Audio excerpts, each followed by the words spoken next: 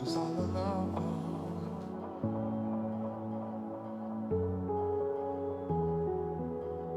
And you showed up under my umbrella. Oh, shelter from the cold.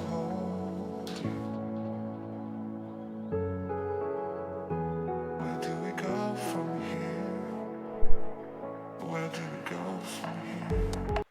Hello, everyone, and welcome to Rising Star Week number 5 here for the Minnesota Championship Series.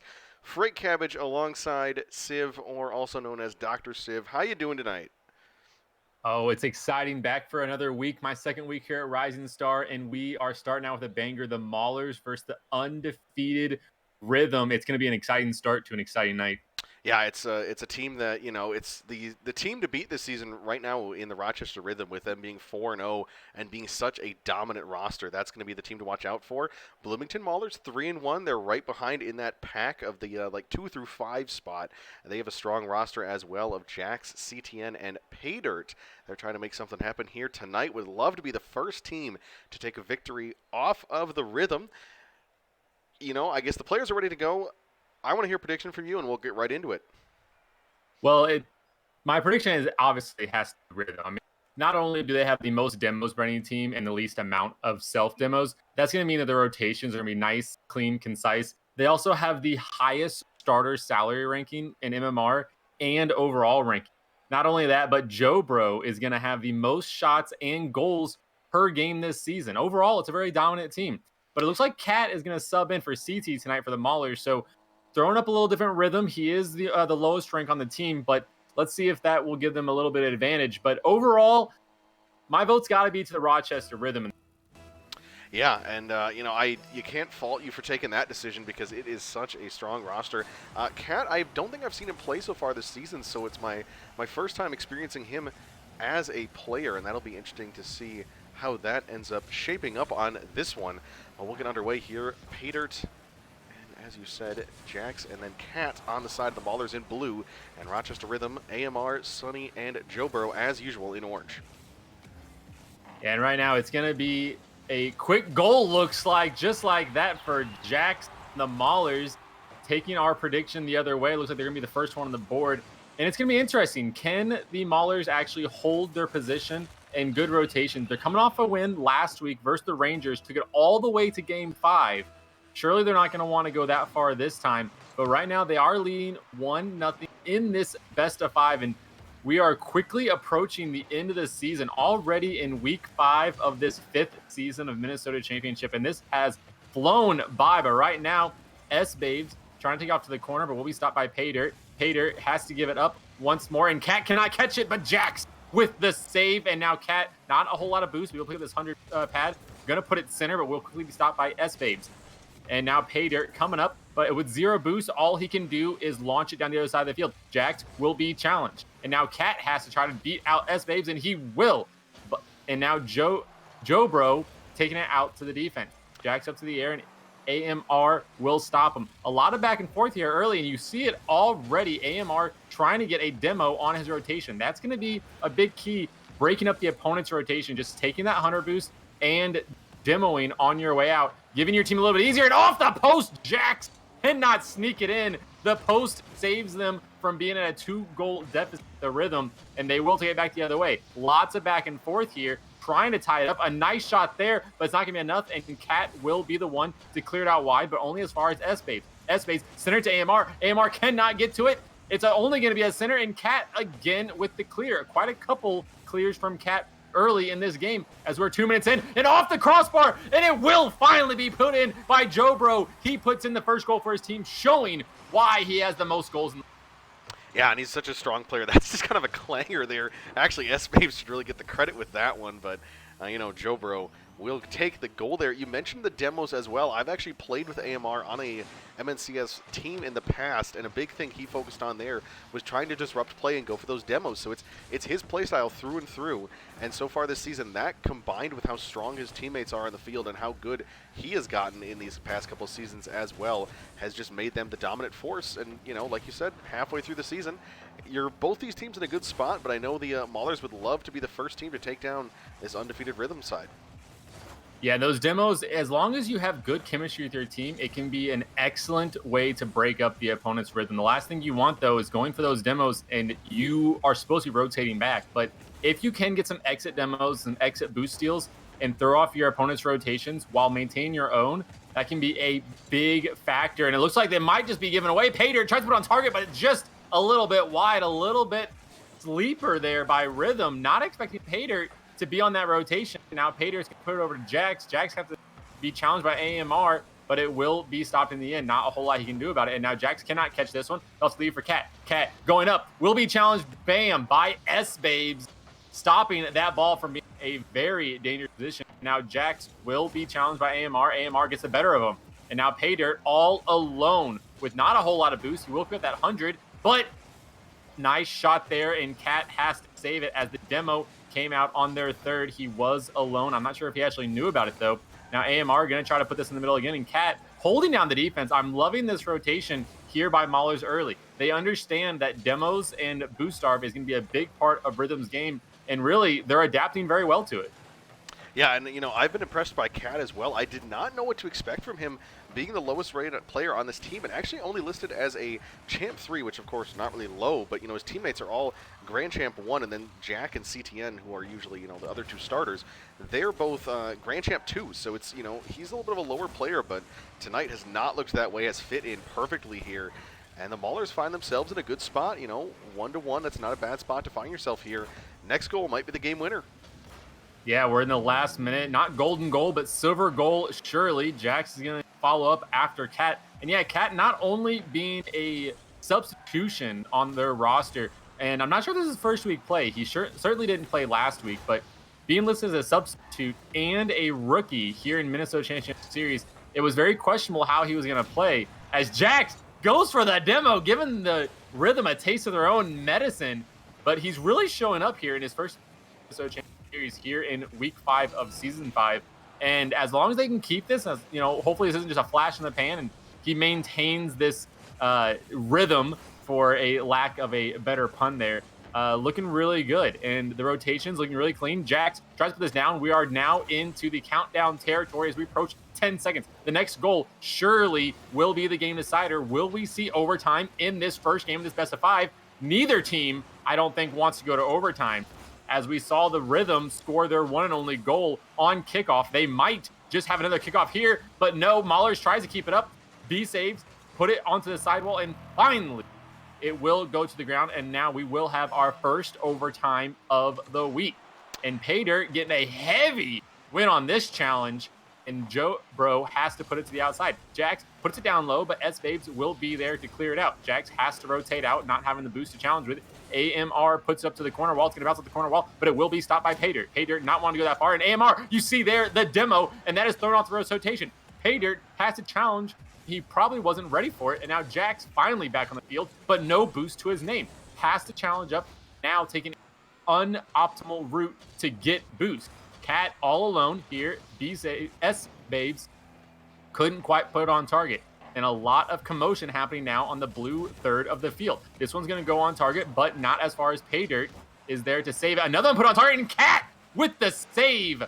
Not even a minute into overtime, and he is having to pull his weight here. Joe Bro puts it to the corner, and Paydirt will take it out. But Joe Bro following up to it will get demoed for his troubles, not progressing the ball whatsoever. Now AMR leaves it off to his teammate. S-Babes puts it to the center. Is anyone there? No, no one is there. But a double commit there by Paydirt and Cat will get the possession back to Joe Bro. And now another one puts to the corner. Jax cannot beat S-Babes. S-Babes puts off the back wall, and now it's rotate out. A lot of commotion here. Cat, last one back, puts to the corner. Nice job there rotating. Gives Jax the opportunity to come back. Jax takes down to the corner. He will be challenged once, but it will stay in the center. AMR uses all of his boost to get to that ball and leaves it for Joe Bro. This is going to bounce straight back to him, and he cannot read that one. Probably thinking it's going to go up a little bit. And now this ball is staying in the blue third of the field. They need to get a little bit of breathing room, and that just might be what they need. Paydirt takes it as far to the other side of the field, but immediately sent to the other side. Cat using up his boost to get to the corner, and he will leave it. And now Jax puts it on target. No, it's off the corner. Not going to go in this time, and this time it's AMR having to stop the ball. Pater puts it in the middle. Jax is there. Jax cannot get it on target. AMR with the demo and S-Babes with the save.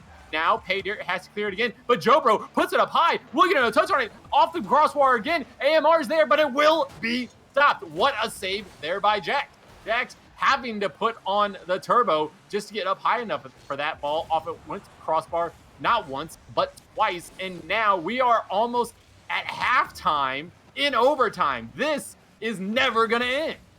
Yeah, and these two teams, they're just fighting tooth and nail for this one. And Maulers, I think this is a really good sign for them that even under this OT pressure, these dangerous situations, they're still able to make it happen. And actually, I did look it up. Cat played last week against the Rangers, and that was a 5-game win there. So it's definitely, Cat's not afraid of those tough game 5s, those tough series where you really have to fight for it. So that experience last week might pay off in this one. And in that game 5 last week versus the Rangers, 2 of those games actually went to overtime, including game 5, if I'm not mistaken. So not only is he acquainted with not only this team, the Rising Star community, he's acquainted with overtimes as well, showing it here. AMR getting the demo on Cat, telling him that this is not for the faint of heart. And now a shot on target. It will be cleared by Cat. I thought Pater might have had the angle for an own goal, but Jax will demo AMR, giving them a whole lot more breathing room as we are approaching 3.5 minutes of this overtime. That ball's going to go out. Cat has to retreat as he will be the rotating back. And now this time, S-Babes will get stopped by Pater, but Pater will be demoed for his troubles. And now Cat having to bump one out, but S-Babes will keep this in. He's going to try to center it, not getting a great touch on it, but Cat with the demo on Jobro takes away all the options. Beautifully identifying the key threat there and closing it down. If you can't take out the ball, go ahead and take out the person with the ball. And that's what he did there. Cat now has the ball, but a lot of ping pong here. But Cat gets it over one. Cat can put it on the backboard. Pater is up in the air, and he will get stopped by Jobro. Excellent opportunity there by Cat and Pater. But Jobro, quick to the challenge, not allowing his backboard to be abused. And now another one as Jax puts it on target. Cat can't get to it. And now AMR is going to pass it outside to Jobro. Jobro cannot get the touch on it. Only 12 boosts in a dream. Puts it by 1, but Paydirt will help out his team and clears the ball. We are now approaching a full second game within this overtime. This best of 5 might just turn to a best of 7 at this rate. Jax puts it off the backboard. It will drop down, but Jobro does not want any of it. He will stop it. Puts it out to S-Babes. S-Babes still flying after this, but Jobro will keep it till S-Babes has to meet it in the corner once again. Lots of commotion going on here at the blue side of the field. They are bending, but they will not break. And this time, Cat puts it out wide, and AMR can't quite get to it. And now a pinch! It just might be a full court pinch. It is! Pater gets the lucky 50 here in midfield, and they will secure it right at the 5-minute mark. Yeah, basically right on the nose. But look at that. What a nice pinch there by Pater. Able to put it away. And, like I was saying, the Maulers, I was concerned for them if they ended up going into overtime, into those late games, or, late game situations, I guess, is a very true thing. But look at that. Cat, the MVP of the game, 4 saves, and Jax puts up 8 shots in that one. So the team's definitely struggling on the shooting, but some heroics on defense by the Maulers, and sometimes you just got to take those tight wins.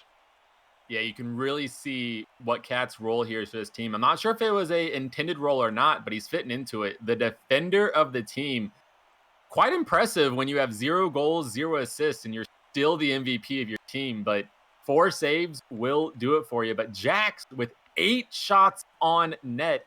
And something interesting I want to point out is there was a total of 11 shots for that team. One of them obviously being a goal. So 10 shots that didn't go in the back of the net, but only 4 saves by Rhythm. So that's going to tell us that there's a lot of missed shots opportunities for Maulers. A lot of those shots hitting crossbar, being met before they reach the goal line. So I think if they can just dial in a little bit, maybe not take as many shots, but put more quality shots on target, they're going to give themselves a lot easier time there for the Maulers. But it's going to be interesting how they adapt. Will Cat stay on that defensive posture, or will he press up a little bit? In my opinion, hey, if it's not broke, don't fix it. And they're doing an excellent job as they take game number 1 of this best of 5. Yeah, and I honestly think the thing is here is if you are on the side of the Rhythm, you got to go for those demos. We talked about how much of a demo-heavy team they are, and their players specifically, especially with AMR, and just as a roster as a whole, that is a huge way to disrupt this team where they're actually pretty confident right now, I would say, on the side of the Maulers. But if you start getting demoed, you get thrown out of position, you got those awkward saves, it makes it a lot harder to play that composure defense, and that could be the key to victory here in game number 2. And I mentioned in the first game that as a demo comes out from Paydirt, but I mentioned in the first game that the only goal for the Rhythm came off the kickoff. And there's only 3 kickoffs in that entire game. I guess 4 kickoffs, I should say, because overtime with the kickoff as well. But 4 kickoffs in the entire game. One of the goals that Rhythm got, the only goal, came off kickoff. And I was worried a little bit as Jack puts the first goal in, that Rhythm wasn't going to be able to hold their own in those long-term possessions, because both long-term possessions ended up for goals for the Maulers. And so it was impressive the first half of that overtime. Almost that entire first half, I feel like, was spent in the defensive third of the blue half. So the Rochester Rhythm had a lot of possession, a lot of pressure in that first half, but Paydirt is not giving them any possession here as he shows he can go kick off just as the Rhythm do, and now 2-0. So it looked like a lot of pressure for Rhythm, but they weren't converting any of that to actual goals. The pressure was heavy, but the goals were scarce, and that's just what we're seeing here in game 2 as well. 2-0 for the Maulers. Yeah, and also the thing is that's interesting here is this is not the Rochester Rhythm we're used to seeing. They're usually a very staunch defensive team, 1.56 goals against per game, and that's about what they were last time, but usually able to score as there's the demo. AMR puts it in. And, I talked about the demo plays. There it is. S-Bays bangs that one backboard, follows it up with a demo of his own. But I was going to say about the Rochester Rhythm, it doesn't look like their usual self, and they're meant to be the team that is just, dominant in Rising Star. That the number, Sunny is number 42 in the league by salary. Jobro is, I think, in the low 60s, whereas most of the players in this league fall in that about, it's like 70 to 100 range. So, they're a team that's a little bit better than most players in this league, but Maulers making it happen right now. I mean, yeah, with half of this this team, 2/3 of the starting roster coming from the Challenger series last season, you'd expect them to be a lot more calm and concise, but a lot of commotion happened in that first game, a lot of back and forth. Although most of it spent in the blue third, they just could not convert. And I'm not sure if that's just, they're having an off week, or, hey, maybe the Maulers just have these Rochester Rhythm figured out and they have their number. Right now it's looking very good, but the Rhythm finally getting that first goal, and as we said, off the demo by Sunny. And that's really what they're going to need to focus on. You mentioned it in between games of 1 and 2 that they need to focus on these demos. They have a demo-heavy team. They should capitalize on it. First goal being capitalized as AMR gets another one on Cat. They have identified who the key defender is and want to take him out, and doing a great job right now. But right now it's going to be back and forth. Joe has it. A pinch by Sunny. Will put it into the center, and it will be stopped by Cat. Cat doing a great job there on defense, not letting the ball get close to his line. And now Jax puts it up high, off the backboard. Could go in. No, it's off the backboard again by Paydirt. Another one. Cat cannot put it on target. He's just left of it. Now 3 times. We've hit the crossbar once, woodwork twice. It's looking like a lot of pressure for the Maulers, but nothing to come from it. Jax tries to settle it there, but Sunny will put it out wide. And now centered again by Cat, but it will not go very far. AMR could not get a touch on it. That's going to leave Sunny with an uncomfortable predicament. He puts it long. Is anyone back? Cat is there. He has to make the save on his back, and it will go to the corner. He'll keep it there, but a lot of pressure here by the Rhythm. And another demo by Sunny. And Cat doing a great job there, just stalling, waiting for his team to respawn, and Jax come into it. Jax with the 50. Cannot get a good shot on target as it will be stopped by Jobro. And now AMR puts it up down to the other side of the field. And Cat, you see there, he is just lurking on the defensive third. I'm going to say that his defensive presence is not an accident, but an actual method of theirs, because multiple times when the ball is on the orange side of the field, he has just been sitting in his own defensive third waiting for that counterattack. They understand that the Rhythm have a great counter opportunities, and Cat again will make the save here. He's doing an excellent job preventing these full court presses. We saw the game end in the Maulers' favor, game number 1 in overtime, by a full court pinch, and no one was in net. And Cat, not wanting that to happen, to his own teammate. He will stop this one on the back wall, but Paydirt has to go back to defense with 0 boost. Cat having to stop it again, and AMR getting stuffed there, but it will look like a goal. Finally goes in for AMR as he gets the beneficial redirect. He got 50 there, really just rotating back, and on his rotation, saw you had the opportunity, puts it on target, and with a minute left in game number 2, we are tied. AMR tying it up 2-2. Rhythm now needs to get this possession. They need to finally take the lead. I don't think they've had the lead for the whole series yet. They've tied up a couple times, but they have not maintained possession long enough to take the lead and get that comfortable cushion that they might be used to with their 4-0 start in this season. As you know, the moment you say that, there is that goal for Jobro. I was going to mention as well is that the passing plays are the things that are missing here. And of course, one kind of happens there, just a nasty bounce. But, you know, that's the thing for the Rhythm is not only demos do they excel in, but it's also a team that likes to pass, a team that gets to, you know, involve everyone on the field in all their plays on offense. And it honestly hasn't felt like there's been that much of that team play today, but we'll see it there as now Mauler's. Oh, there's no one on defense. Oh, no, Jobro is back finally. It looked like they might have had a 2-0, but Jobro able to stop before it gets too dangerous. And yeah, I'm not sure if it's a caster's curse or a caster's benefit. Depends on whose team you're rooting for. But it will be a lead for Rhythm now with only 20 seconds left. They are looking to tie up this series at 1 and make it a best of 3. But the Maulers do not want that as Sunny puts it over 1, Sunny puts it over 2, and Sunny puts it in with a 2-goal benefit. This might be all over in game number 2. What a play by Sunny. Yeah, that was a beautiful shot there. S-Baves across the entire field takes him out. S-Baves, also known as Sunny, can't seem to decide what his name wants to be, but, you know, switches between those two on the regular, I guess. But, you know, that's a great shot there, and that's really, you know, what you have to do as the captain of the roster there. Put your team on your back, able to make a couple good plays, and that should give the Rhythm the tied-up series 1-1 here. As S-Baves looks to tack on another, but that one swatted away, dropped down there. We'll let that one roll back around, but again, drop for 0. And Rhythm 4-2, they take the tie series here now, and that's much more of what we expect from the Rhythm. Much better on offense, 4 for 7, whereas last game they were 1 for, I think it was 10. So much better shooting percentage, better on the defensive, better on the pressure. Just an all-around improvement there out of the Rhythm. Yeah, and Cat, again, the MVP for his team, getting both assists this time, but also 2 saves. I think that if you're the Rhythm, you know, you've won this game, but let's still identify the key factors on how you can win the next game. And I think it's going to be taking Cat out of the equation. He's clearly going to play in a defensive mindset, and he's going to play on his own third a lot of the time. So I think if you do tap into the Rochester Rhythm's normal tendency, go for those demos, go for those outplays, don't try to 1v1 the whole team, even though I'm sure they certainly could if they wanted to. Take this opportunity to identify that is the brick wall on defense that you need to beat. And instead of trying to beat him 1v1, just take him out of the equation entirely. We haven't seen the number of demos that we're used to in the first game, but in that second game, we definitely saw more as Sunny took 2 different demos to get 2 of their goals. And both times it resulted in a goal and a prolonged possession for their team. So I think identifying those factors, knowing that you are the better team, but that doesn't mean that you can just brute force your way to a win. And right now, this best of 5 has turned into a best of 3.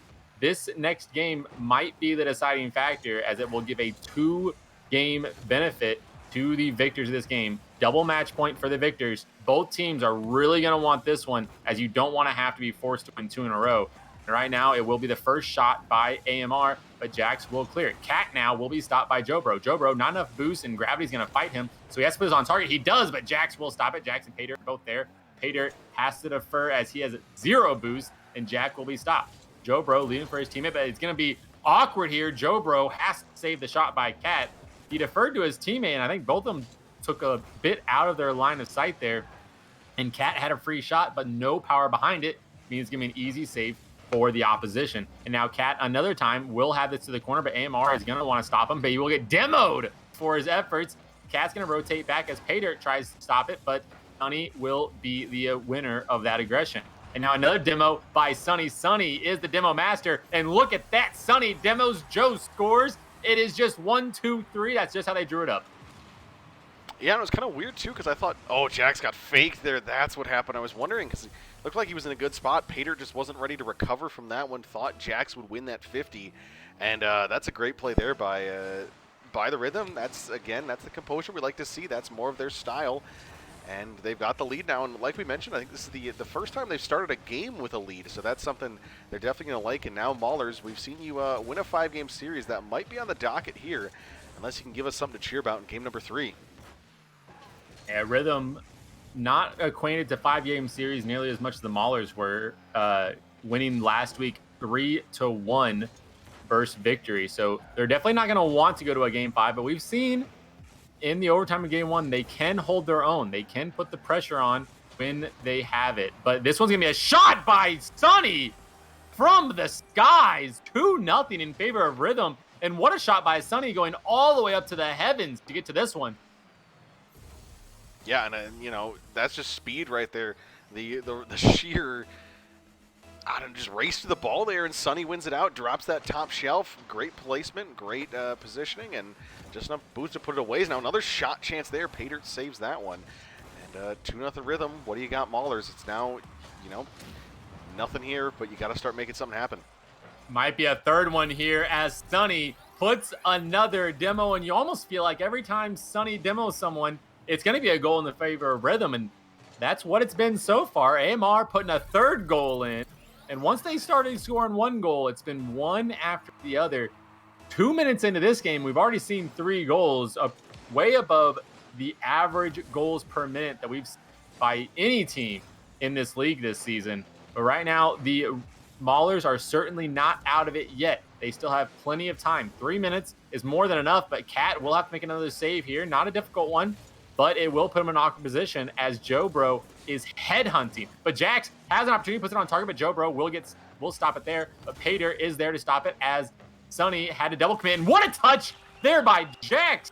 Just happens to be on the goal line, tapping this one in, putting his team finally on the board. Has to go upside down, uses dodge, stop his upward momentum, install himself in the air. And as we approach halftime, they're finally on the board. Maybe this is the momentum the Maulers need to come back and win game number 3. Yeah, still 2.5 minutes here. Plenty of time to get this one back. Plenty of opportunities. Just a great play there by Jax. Pater, get some credit on that pass. Got a nice shot or nice pass out of AMR there. And it definitely was. Put it in the right spot for Jax to be able to double bury commit. it. As double commit might cost him here now on offense. Rhythm pass out mid-chance, but saved out and away. Cat has to run back to defense. He committed with his teammate there, Pater, leaving Jax all alone. And now Sunny tries to put it on, and finally it will be put in by Jobro as Sunny has to put it off the upright. Yeah, that double commit really threw everything out of rhythm. No one had boost there for the side of the Maulers. And as you see, Pater couldn't get to it. With no boost in the tank, he had to leave it off the back wall and hoping to get a beneficial bounce. But the only people benefiting from that bounce was the Rochester Rhythm, now retaking that 3-goal lead. Still plenty of time here as Jax puts it up in the air. Will he put it on? He does. Gets a 50 out of it, 2 no less. Now Pater and Cat are both on the side there. Pater tries to put it down, but it will be stopped by Jobro. Then once again by Jack. Jax tries to put it on the corner. He does beat one, but he cannot beat the second one. AMR looking in defense. And with only a minute 30 almost left in this game, you got to think that if you're the Rhythm, you kind of sit back a little bit. Certainly you don't want to lay off the pressure entirely, but with only 90 seconds left and up by 3, you got to think strong enough to hold on this game number 3 to give you on double match point. Do not give up any silly goals or full court presses to allow the Maulers not even any consolation goal. With the amount of momentum that Rocket League entails, as Jax tries to put this one on but cannot put it in, the amount of momentum that Rocket League takes to win games, you don't want to give your opponent any consolation goals and give them any sort of motivation or momentum going to the next game. So right now, the Rhythm playing well in this last minute, playing good defense, playing keep away. It doesn't even look like they're trying to score half the time. It looks like they're just trying to prevent the opponents from scoring, trying to take out that momentum, deflate their egos, and make this a quick 3-1 series. As another one goes in for Cat, he's trying to say that this game is not over. 2 goals in 44 seconds. Certainly not impossible, but the deck is stacked against the Maulers in this game number 3. Yeah, and this is often, what we see. I've seen it a lot with my couple seasons of MNCS experience, is that you'll see the better team or the team that's expected to win might drop game one just because they're slow to get up there. They're maybe a little bit, not warmed up, a little rusty. You never know what's going on. But then, game 2, 3, 4, they start to figure it out. It looks dangerous. 3-1. Oh, as actually S-Babes can't get there for the save, so Pater, he'll cut it down to 1. And I was going to say, this might, like you said, go to the 3-1, but Pater says maybe not yet. Yeah, certainly not over. That took only 11 seconds to make this a 1-goal affair. And now, down by 1, the Bloomington Maulers definitely not out of this yet. We saw game 1 go to overtime, and the Rochester Rhythm does not want this game to go to overtime.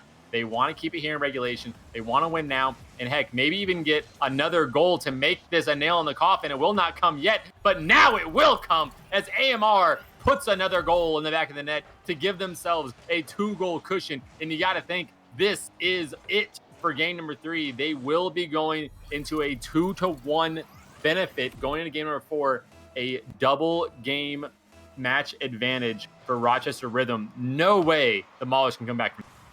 Yeah, and it was there. I don't know why Cat turned. I think it might have been dodging the demo there out of S-Babes, but I'm really uncertain with that scenario. However, it does not matter as this one will tick down. 6 seconds left unless there's a goal with time left on the clock. Game is over, and that will drop there. Quick little last 10 seconds. Rhythm take it by a margin of 2. They'll take that 2-1 lead, like you said, and it was just another strong game from them. A lot of offense. You take a look at this one. 14 shots there for the Rhythm. 5 of them go in, so that's a shooting percentage you'll actually take about a little better than 33%. And it forced the Maulers to have to play defense. 7 saves. They put 3 across the board, but you let your opponent score 5, you're probably not going to win many of those.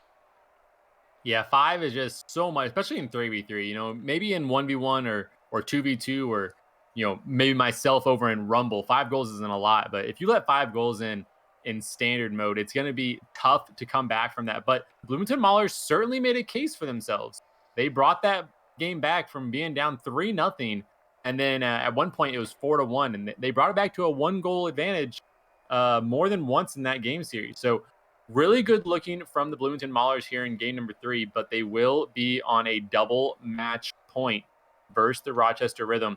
They're going to need to win both of these next games if they want to stay in their, 3-1 currently in the season 5? Yeah, they are 3-1 here in the standings, but the Rochester Rhythm 4-0, trying to keep that undefeated streak. The Maulers need to have something going here, and it's definitely not a cause for concern if you ask. The Bloomington Maulers are still looking very good. A couple of hiccups there on defense. Really, the demos there by Sonny caused quite a bit of problems with Maulers. So if anything, look out on your defense, understand where everyone is for your opponents and your teammates. And if your teammate gets demoed, you got to take a little bit of a second to reassess the situation. Don't overcommit. We saw a couple goals there. Oh, his Cat bumps his teammate there, Pater, not identifying where his teammates are. We just talked about it. But if you're Bloomington Maulers, not a whole lot of reason to concern right now. But if you're currently the Rhythm, that's a reason to concern. First goal goes in, not even 30 seconds into this game. And Jax puts it on target, but AMR, you got to think he has this one. Bouncing off his own crossbar a couple times there. Finally, it goes in. Uncharacteristic there of AMR. Yeah, and another great pass by Pater. He's up on the backboard, just booms that one downfield and puts it away.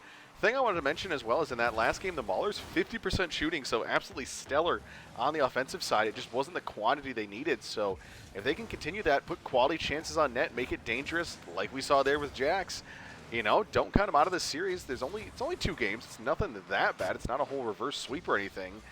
So they shore up that defense, play some great offense like they have been, and we might see a game 5. Yeah, and sometimes just those awkward chances that you give yourself can definitely pay off. You don't have to have 100% shooting every single game. Take those shots, make your opponent work a little bit, test the keeper and see where he stands, because you never know what accidents might happen for your opponents on defense. So looking really good there. And there we go. Only 9 seconds in this game, they will have the goal advantage. They do need to win this game and the next one, but certainly for the Maulers, you cannot be thinking about the next game right now. You need to be thinking about this game right here, right now, as Jax puts it out to the sidewall, and it will be stopped by Joe Pro. Joe Pro puts it on the backboard, but Cat is there, as he always is, hanging on the wall like a cat does. And Paydirt will have to stop this, puts it up to the corner. He's going to leave for his teammate Cat. Not getting a great touch there. I don't entirely love that there by Cat. And now, as he has 0 boost, he kind of just lollygags to the other side of the field. Great clear, but in a game of this close margin, you want to maintain possession. The last thing you want is to allow your opponents have, 5, 10, 15 shots on your net, because eventually one of those is going to go in. And with a 1-goal deficit, that 1 goal can be the matter of winning or losing this game. So I think you need to maintain possession a little bit harder, but Cat is going to get a free one here. What on earth happened to the Rhythm's defense here? There's a guy in the corner, and AMR just kind of circling around. I'm not sure if he thought he was the last man back or not, but Cat is going to slot this one in, a freebie, if you will. 2 goals right before halftime. The Maulers are wanting this one to go to game number 5. Yeah, and I think AMR might have just thought he had boost, or maybe thought it was going to stay along the wall. That could have been one of those 0 boost situations. You're awkward, but you want to try to make a play, and just the other two diving too far forward, unable to rotate back in time. And, it's another great, capitalizing on those mistakes. That's something I always talk about, where it's, if your opponent is going to give you mistakes like that, you got to make sure to put it away. And Cat handles the open net well, just puts that nice and easy right in the center of the net. Doubles that lead to 2-0 now, and got a good case to put this one away, but that's a nice shot there from distance. Jobro from about the midfield line. Nice little chip over the last defender. Cuts that back to 1. Yeah, getting that last one over Cat, and neither Jax or Paydirt could rotate back. Cat having a good challenge. I like the challenge early there, putting the pressure on the opponent, but Jobro just understanding his position, his skill, mechanics good enough to pop it over the last man, and knowing that he just is the better player in that position. But both was a very good play by Cat, understanding where he needed to be. And now a long shot by Cat. It might just go in. It will go in. Another long shot by Cat. And these tiny little mistakes that you don't expect Rhythm to make are now making them. They didn't look that great in game number 1, giving too much possession to the Maulers, making that overtime go a little bit too long. And now tiny micro mistakes are happening here in game number 4, and the Maulers are capitalizing. 3-1, only 2 minutes left in this game. It's certainly not over, but right now the Maulers are looking like the better team. They are making mistakes themselves, but the Rhythm are not capitalizing on the mistakes, where the Maulers are absolutely humiliating the Rhythm when they do make the mistake. 3-1 now, 90 seconds left here in game number 4, and another one. Jax just might put it up, but he will be stopped by Jobro, but not before he gets demoed. Jobro has to respawn now, only 30 boost, will have to sit in the net, waiting for his teammate. Nice outplay there by Sunny, but it will be stopped by Paydirt. But no, it won't. Paydirt cannot get to it, and it is up to Cat to clear it out of the field.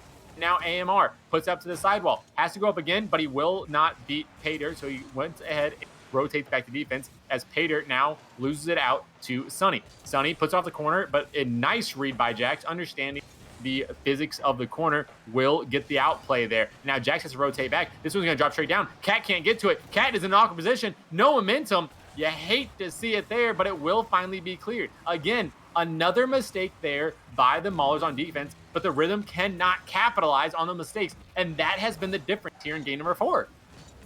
Yeah, and it's another opportunity here. Jax from the corner, and I was going to mention with that last goal that the Maulers did score, it was really a rare miss there from S-Babes, or Sunny as you want to call him, or as we call him, both names there, but it's an uncharacteristic miss, and it's just fortunate for the Maulers. They've been able to play with composure, and like you said, they're not getting punished for their mistakes, which has allowed them to make this 2-goal lead here, 30 seconds left. Jax trying to make it another one, but can't quite get there, so Sunny, far side clear, but Rhythm, you're running out of time. Yeah, a couple demos there, but they were demos on their own side of the field, so really you're just letting your opponent respawn to the other side of the field with 30 boosts and get back to their defensive third. And now Paydirt's going to outplay one player, but it will be stopped by Jobro. And now with 10 seconds left, you got to think it's all but over. We are going to a game number 5. We are starting out our Rising League Thursday with a great matchup. We didn't think it'd be this great. Going to game number 5 in our first series of the week. Maulers showing off what you can do when you capitalize on mistakes. You stay consistent. Excellent showing by them. And now will have the momentum going to game number 5. Yeah, and it's back and forth. It's one team wins one, other two. Actually, no, it was back-to-back wins for the Rhythm in the middle there. But Mauler's great response here. We see them actually put up some solid offense again. 50% shooting, going 3 for 6, and better defense. 6 saves to the 8 shots of the Rhythm. And it was just weird because the Rhythm, sometimes they look like the best team in the league, the dominating team, a dominating force, both ends of the field, just make you just stress under that pressure. And sometimes they just look helpless. And this is one here where I don't know which version of the Rhythm we're going to get in game number 5. Yeah, very interesting what we're going to get. I mean, the Maulers have been, I don't want to necessarily say consistent because they have been making mistakes on defense, just like the Rhythm are. But the difference is that they're not being challenged on those mistakes, where when the Rhythm do make a mistake on defense, the Maulers are there to capitalize on those mistakes and take the free goals when they're being given. And if we see Rhythm do the same thing, disrupt the defense, put some demos on, and capitalize on some of these defensive mistakes, they might just have a blowout here. But Cat, the substitute here in week number 5, putting on a defensive clinic and really showing that even if your midfield makes mistakes, as long as you're consistent on the goal line, you're not going to let up with that many goals. And outside of that, what was a 5-goal game there in game number 3, really holding the Rhythm to a low amount of goals, even if it has been a high amount of shots. And this time Jackson get the first shot, but it will be stopped by Jobro. I'm not even sure that was registered as a shot, but in our books, it certainly was. Jobro stopping it before it got to the goal line. Now it will be put out to the side. Jobro doesn't have the boost there, though, to put it on target, and Jax will take it away. I think if he had a little bit more boost, Jobro certainly would make a case for the first goal of the game. 30 seconds in now, and it will be put just a bit out wide as Sonny cannot get the angle on it. And now AMR, another uncharacteristic mistake by AMR, giving Cat a free shot on net, and Cat will capitalize as he puts it over the second player, and the third member of Rhythm on defense cannot quite get to it. And that all started with the mistake by AMR on the sidewall, giving Cat a free possession, and Cat taking it nice and slow, putting it in the back of the net, again giving his team an early 1-0 lead here in the decisive game number 5. Yeah, but he absolutely buries that one. What a shot with just absolute class and finesse. No question about that one. Just beautiful shot there. Able to maintain the composure as Jax puts that in a dangerous spot, but swatted away once again by the Rhythm defense. I was going to mention as well is that if the Rhythm are able to score more than one, series says they'll take the victory, but if the Maulers defense can hold them to only one on the board, or fewer even, I think it's a Maulers Game 5 victory. Yeah, definitely hard to lose games when you're only giving up 1 goal.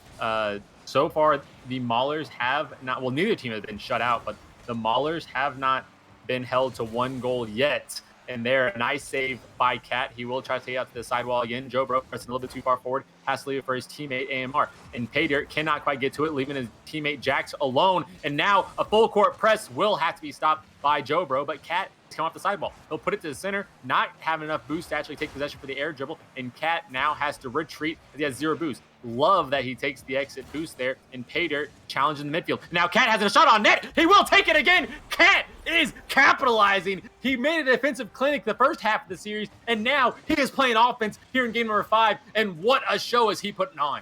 Yeah, and again, it's just the Rhythm don't get there in time. One player diving away from it on the far side, and they're giving them too much space, and the Maulers, they're taking care of it.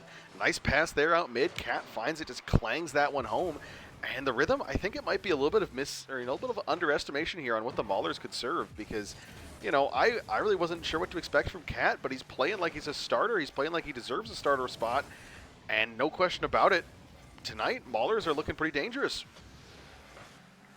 They are definitely looking dangerous. They definitely didn't start out that way. I mean, game number 1, we went into overtime, an almost 5-minute overtime in game number 1. It sounds like an eternity ago. Now, Cat on the chase down again here, but Jobro will stop it.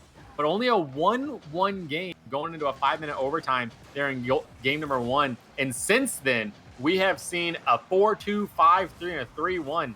So significantly more goals since then. So yeah, game number 1, it was hard to tell what each team was doing. I think the first game was a little bit of a feeler, but Sonny, as he approaches halftime here, getting his groundings here, puts in the back of the net, cutting the lead in half for the Maulers, 2-1. They are not giving up here in game number 5, wanting to maintain undefeated here in week number 5. Yeah, that's a great shot there. Just rips that one home from the sidewall. And, we saw it earlier on in the series as well. Sometimes the captain's just got to step up and make it happen. As Jobro's going to make it 2-2 now. Oh, man, Maulers, you can't let this happen. Just a kickoff goal onto the sidewall. Paydirt can't get there in time. Jobro takes the space, takes the shot. Easy goal for him. Makes it 2-2. Excellent shot by Jobro, identifying that there was a lane open there and took it. And just like that, a 2-0 advantage for the Maulers has suddenly disappeared.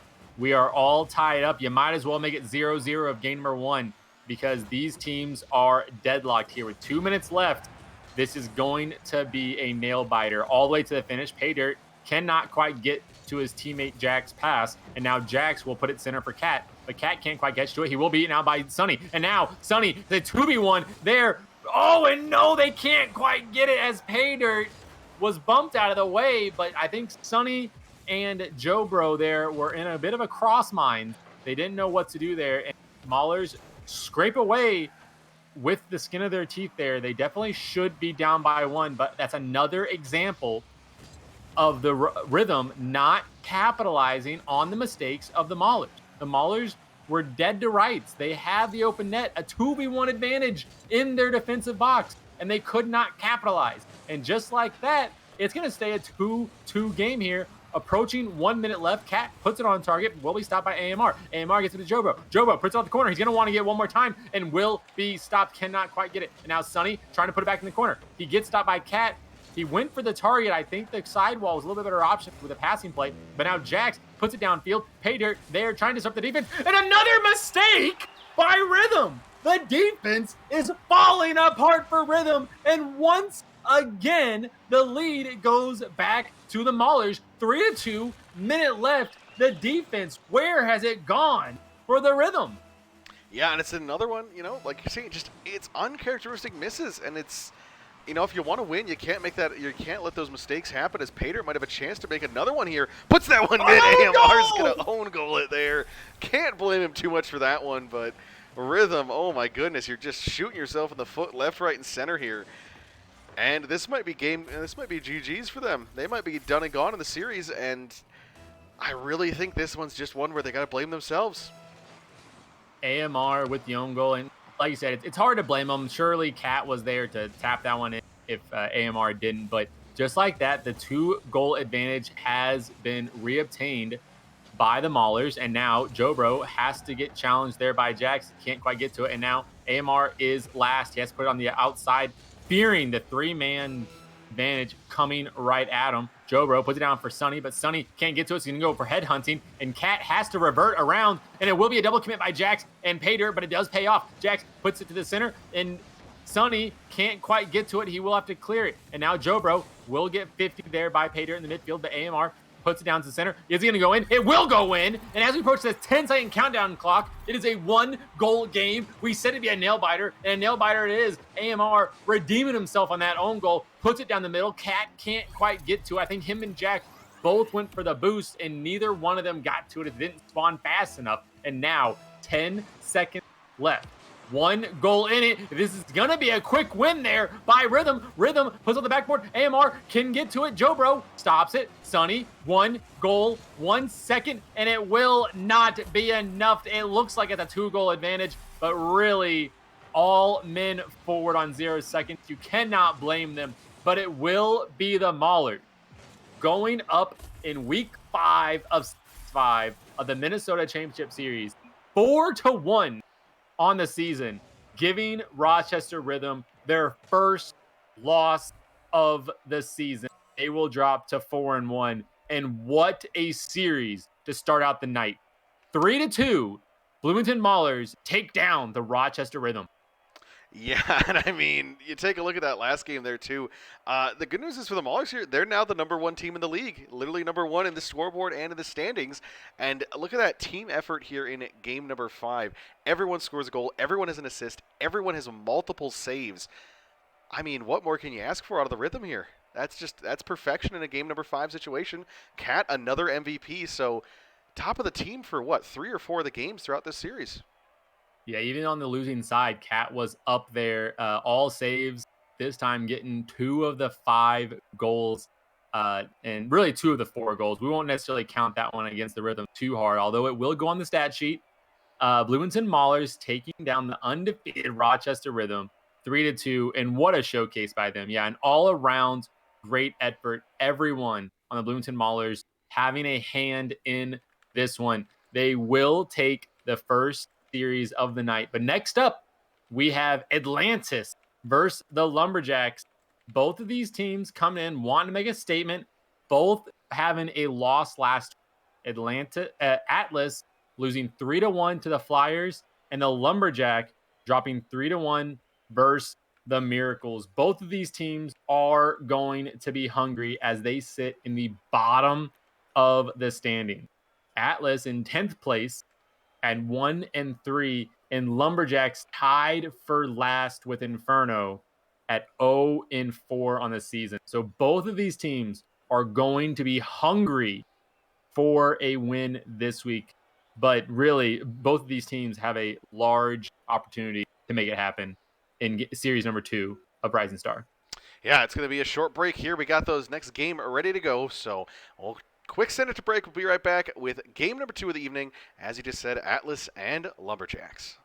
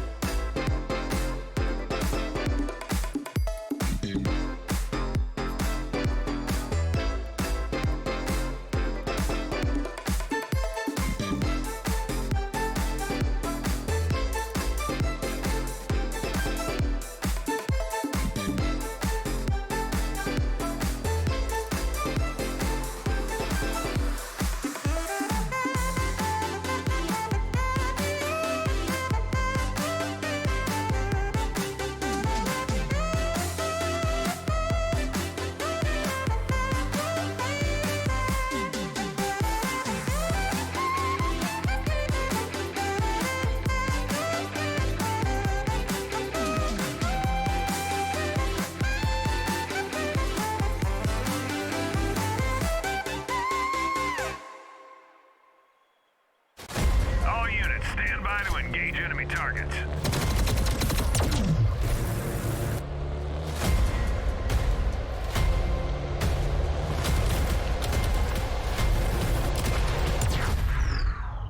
Mission accomplished. Well done.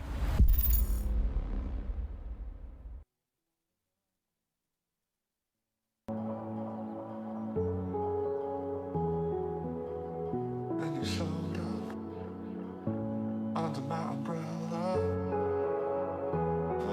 shelter from the cold.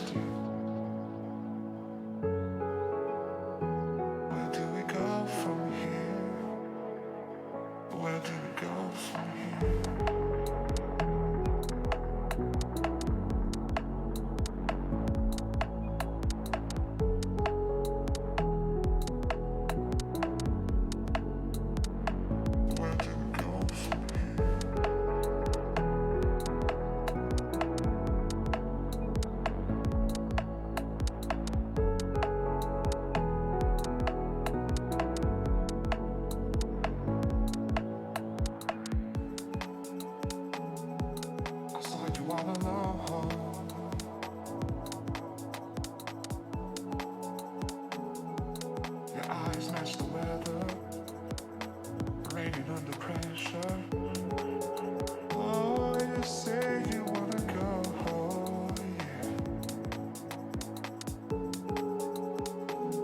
Let's get away from here.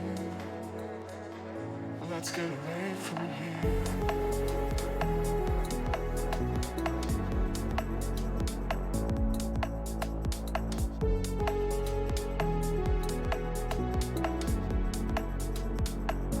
Let's get away from here.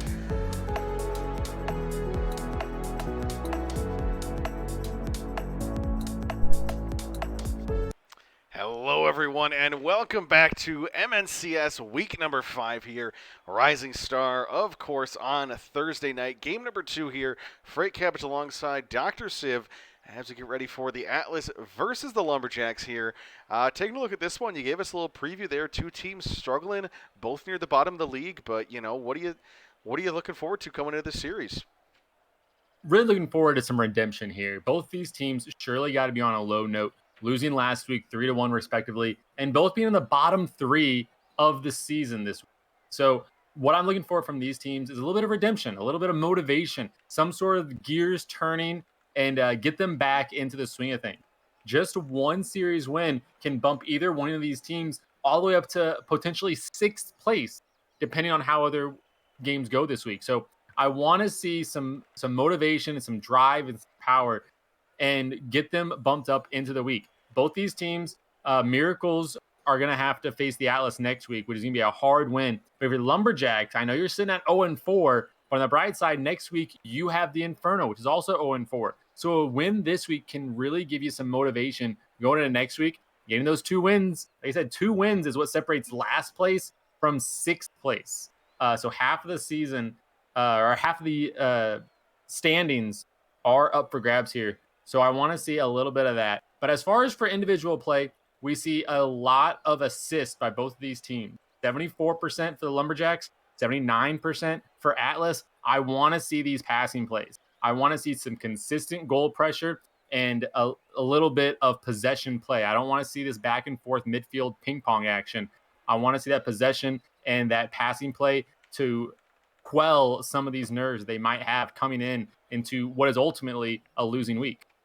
Yeah, and I mean, the thing to mention here as well with these two teams is the fact that last season for Rising Star, I believe it was Duluth, if I'm remembering correctly, that started off the season. It was 0-7 or 0-8, and then ended up winning the tail end of their season to gain a playoff spot there. Of course, last season being the double round robin was 18 games, so you had more time to work with that. You had more games to end up figuring it out, but they went on an absolute tear. So, even if either one of these two teams, you end up 1-4 after this week, if the Lumberjacks win or Lumberjacks lose 0-5, it's tough, but it's definitely doable to make it into the playoffs by winning out the rest of your season. As that's a demo there. Benny's going to find the open net there.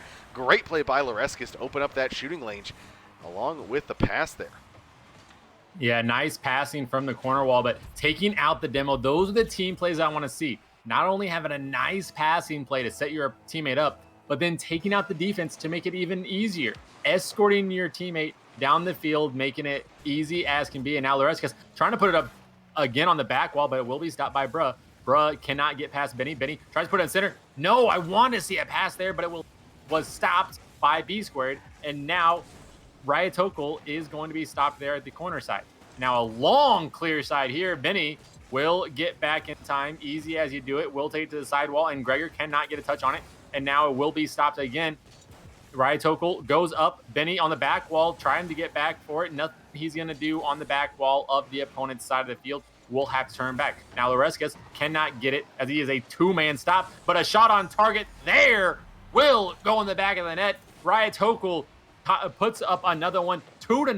Not even a minute here in game number 1, and they're looking good here early. Yeah, great shot there by Radical from range, and that's just, Lumberjacks, they maybe came into this one.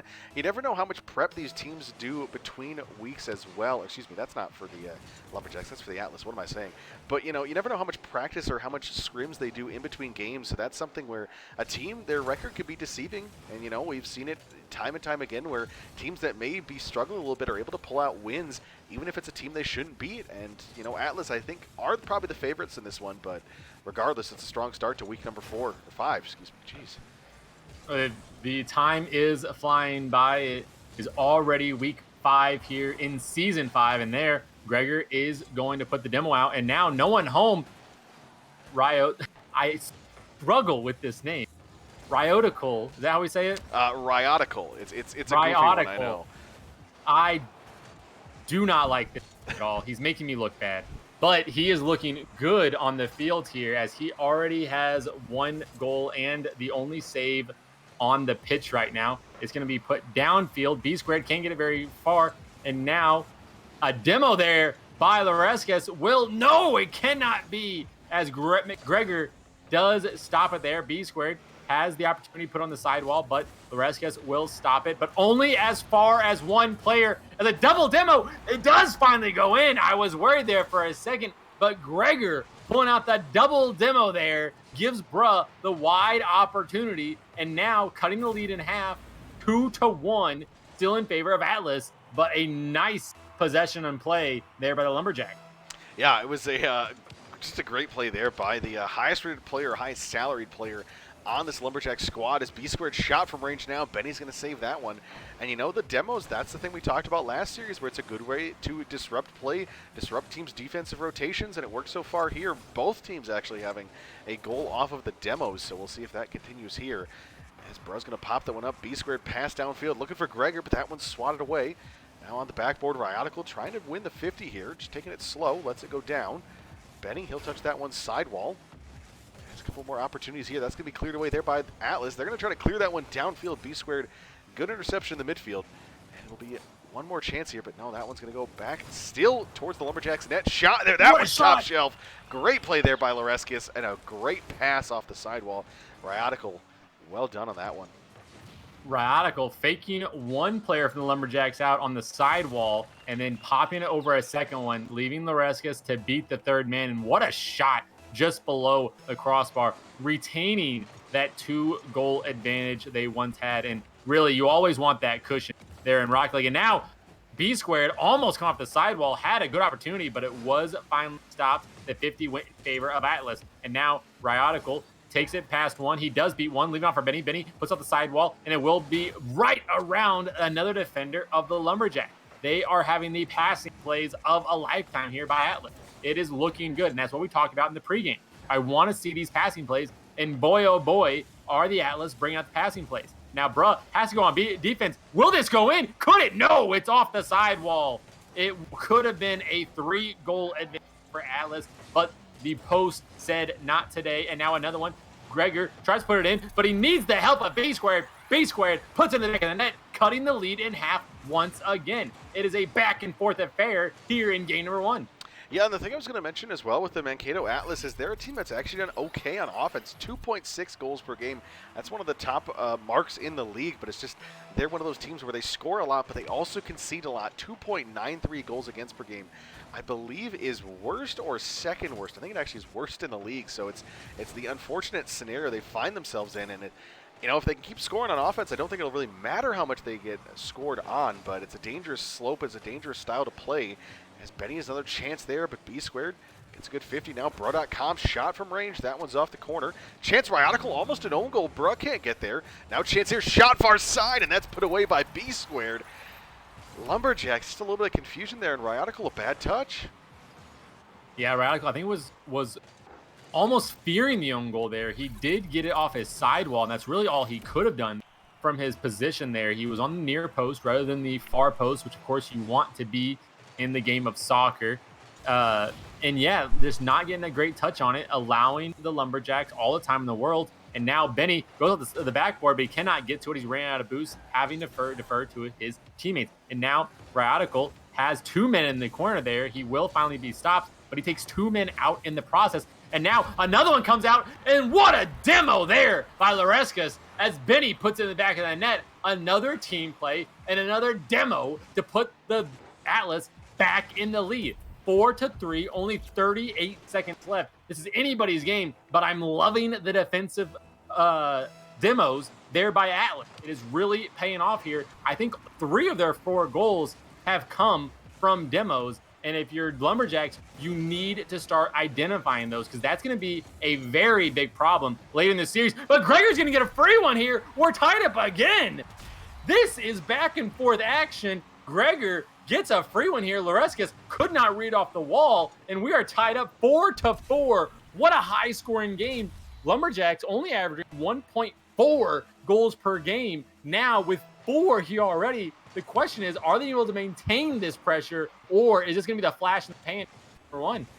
Yeah, and the thing to mention as well is that it's another shot low there. Loreskius, Atlas back in the lead. It just goes both directions. Teams scoring left, right, and center. And I mean, it's one of those games where no one wants to play defense. And I was worried when you mentioned the defense because I thought you were going to say they were doing well. And I was like, this is a rough showing into this one. But, man, I mean, if 5 goals is the mark to hit to win a game in this series, we're going to have a lot of scoring tonight.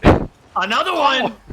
Radical puts another one, 6-4, 13 seconds left. You got to think this is it for game number 1. But with the amount of goals that we've been seeing, I am terrified to say that this is a nail in the proverbial coffin. But 2-goal advantage, 13 seconds. The Lumberjacks need a good kickoff here, and that's not a bad one, but Radical will clear it. B squared gets a touch on it now. 10-second countdown clock is going. Gregor will not gonna be able to put that on target, but he will get a demo just for the road, and a 6-4 game number 1, a slobber knocker if you've ever seen one. 10 goals in game number 1, more than we saw in the entire 5-game series in any single match of our first series. So what a showing here by Atlas and honestly the Lumberjacks, but the Atlas having the better offense, the better pass rotations, and honestly, the better demos. It is looking good for Atlas. Can they keep this up? They're up 1-0 in this best of 5. Yeah, and I mean, take a look at that. We talked about this high-scoring game, and I mean, I think this is one of the highest we've seen in MNCS this season across all 3 levels, because usually, even if it's a team that's just absolutely knocking the snot out of another side, it'll usually be, 7-1, 8-1. Usually don't get the double digits, so it's pretty impressive to see here. And Atlas, you'll be happy with this one. 11 shots, 6 goals there. That's some great shooting. And like I mentioned, part of the way through the game, nobody really playing defense. It's just who can score more on the offensive half of the field. And so far in this one, it's Atlas with 2 apiece, and then Loreskis 4 assists there. So involved in all 6 goals for the Atlas, and that's a big part of that success there, and they'll look to continue it here in game number 2. Yeah, Loreskis with 4 assists out of the 6, but the Lumberjacks actually had a 50% shooting accuracy there, scoring 4 of their 8 shots, which is significantly higher than the 20% that they're currently bolstering for this season. So again, the question is going to be, can either of these teams maintain that type of pressure on offense? But realistically, maybe it's the pressure on defense they want to maintain. Not a great showing there, and you can forgive them a little bit with the number of demos that we saw. But honestly, you got to understand not only where your teammates are, but also where your opponents are on the pitch. And look, Loreskis is going to get the first goal. Nice shot there as he just sidesteps that one in for the first goal. Radical giving his teammate a nice pass as Loreskis is able to sneak that one into the bottom corner. 1-0 early in this game, maintaining that offensive pressure. And we're on pace for 20 in this one if we get one every 15 seconds. So, maybe we'll try to double our tally from the last game, as you never know what's going to happen here. And I mean, my question now is, does either team get better on the defense? Because I think that's the real key for victory here, is if you can figure out your defense, just score 2 or 3 on offense, but hold your opponent to less opportunities, and you might be able to come away with a win in this one. It's just the high-scoring Rocket League, it's so tough to win, because if you're just giving up so many opportunities, you never know when the last one is, and you never know how many goals you need to score to put away the game. 20 goals in a game, that would be a sight to see. It reminds me every year when baseball starts up and someone hits 2 home runs in the first game, and ESPN is covered with 300 home runs for the season if he stays on this pace. But as you can see, we're not quite on that pace. A lot more back and forth here. Loreskis has to drop it down, but with no one on defense, he's going to be left alone. And finally, Benny puts one on target. Will it be stopped? Yes, Bruh is able to get it. You saw Loreskis chasing the demo there. Would have been a free goal, but overall, a very good play by both teams. Benny having the nice shot, and then even better save there by Bruh. And now they will maintain possession on the other side of the pitch as Gregor keeps this one, but doesn't have the boost for it. B squared has to go up. He will get bumped out of the way, but he does put it on target first, and it will be stopped by Benny. No! Benny saved it once, but puts it off his own sidewall, and now goes in. We are tied at 1 apiece here. Yeah, that was a really awkward one there. It's just unfortunate that Benny tries to dive for that one, but gets the post pinch in. It's so hard to hit, and of course when you try to do that on offense, you're going to just bang it back off the sidewall or something there, but great pinch off his own corner there, but unfortunately into his own net. Like you said, 1-1, and I mean, it's a low-scoring game, but still neither team playing too strong. A defense is shot from range a little bit too high. Chance once again for the Atlas, but they can't convert as that's another one followed up there. Benny looking for that opportunity is now on the side. Well, that's going to be an own goal there. Oh, Bruh.com with the goal line stand. Ooh, that one was dangerous, and wow, very fortunate for the Lumberjacks. A rocket in a net, Bruh having to react on instincts alone. No time to think on that one, but apparently when you're this good, you don't even have to think, as he does get the stop there, keeping this tied game at 1-1. And now a one miss there by Gregor gives the opportunity for Radical, but it will not be beneficial for their team, as Loreskis cannot get to it either. He's got to retreat, but he's facing backwards. Benny left alone on defense as Radical now coming up to him. He follows a little bit too far behind, giving Gregor the opportunity, but he cannot put it on target. And now, with no one in net, it will be an easy goal for Loreskis as he puts it full court press, retaining the 1-goal advantage. And just like that, one counterattack. All three players of the Lumberjacks pressed up just a little bit too far, and that's how you get scored on, and that just might be the downfall. The defense is not quite there. All three of them pressing up. Their eyes got a little bit too big for their plates, but this time B Squared quickly changing the course of action, and off the kickoff, they tie it just as quick as they lost. Yeah, that seems like that is going to be the story of this series, where neither team able to put up some solid defense. And the thing that's really surprising for me to this season with the Atlas is they're the third highest salary team. And of course, you know, your salary doesn't mean anything because it's a combination of 3's rank, of 2's rank, of how you've done it previous seasons. Oh! That's a beautiful own goal there. Benny just tips that one into his own net, or was it B squared? No, it was B squared, excuse me. Off the corner, Ryotical, a little bit of the musty there. Unfortunate, and that's Atlas 3-2 now. Ryotical throwing some jokes there in chat. According to my calculations, he says, planning it all out, of course, calculated, spammed in chat. But this one, another, while Benny gets to 50 in the midfield, and it really is these midfield plays that are winning the game for Atlas. Benny gets the 50 in his own half, and it's going to go full court. And just like that, we've had 3 goals back to back to back. None of them quite traditional. And really, you can say that Lumberjacks aren't playing great defense, but Atlas are just taking the opportunities that Lumberjacks are giving them. They're not doing anything relatively special, but just like we talked about in the first game, where the Maulers were capitalizing on the mistakes of their opponents, we see Atlas doing the exact same thing. Granted, Atlas are making plenty of mistakes in their own. Lumberjacks capitalizing as many as they can, but Atlas is just getting the beneficial factor of these 50s. And it's really the rotations that Lumberjacks are taking back to net. All 3 are pressing a little bit too far. Their eyes getting a little bit too big for their stomachs, and they're not capitalizing. But here, B squared going to go up for it, but will be challenged by Benny. Benny able to put it down to the corner. But now, no one's going to challenge it. No, Gregor will finally, and Ryotical clears it out wide, but will be demoed as consequences. Benny clears it out wide, but it will only go as far as Bruh puts it to the sidewall, and Ryotical cannot quite get the grip fast enough. B squared now will take it to the sidewall. Loreskis beats one, and he does lose the ball, can't quite get it, but no one's challenging him. Gregor staying on the back line as he was last man back, and that's going to cost him. Loreskis is going to put it in the back of the net off his teammate's pass, and Gregor just not challenging fast enough, and a little bit of a double commit there, and a boink on your own teammate. It's going to be a 3-goal affair, and Atlantis are looking good on offense, forcing the misplays and then capitalizing on those misplays. They're looking good. Yeah, and, you know, it was another unforced error. I just don't know why Gregor Samsa didn't challenge there. He had the opportunity, but just has to get a little bit quicker on that one next time. But as I was saying with the Atlas, you know, they're third highest salary team in the league, but they've been one of the worst teams, at least according to their standings. They're in the bottom half, while teams that have low starter ratings, take a look at the Barons, take a look at the Senators, those teams are 3-1. So, you know, it shows that, you know, the stats and I guess your salary doesn't mean everything. It, you know, and I guess also could depend on who you've played and things like that. I know Atlas have played a couple top teams, but still, you know, it's a team that I expect to do well. And finally, it seems like they may have found their groove here, winning this one 5-2 right now. It looks like it should be a nice clean 2-0 start to the series. 3 opportunities to put this one away. And Atlas, I mean, you got to assume they'll be able to do it. It's just, does it take 3 or does it take 5? That's the question. Yeah, you definitely don't want it to go any farther than 3. You have the momentum here going into game number 3. 2 games in a row that you've won. The last thing you want is to give your opponents any type of momentum, and they might just take one for the road. They do take one for the road.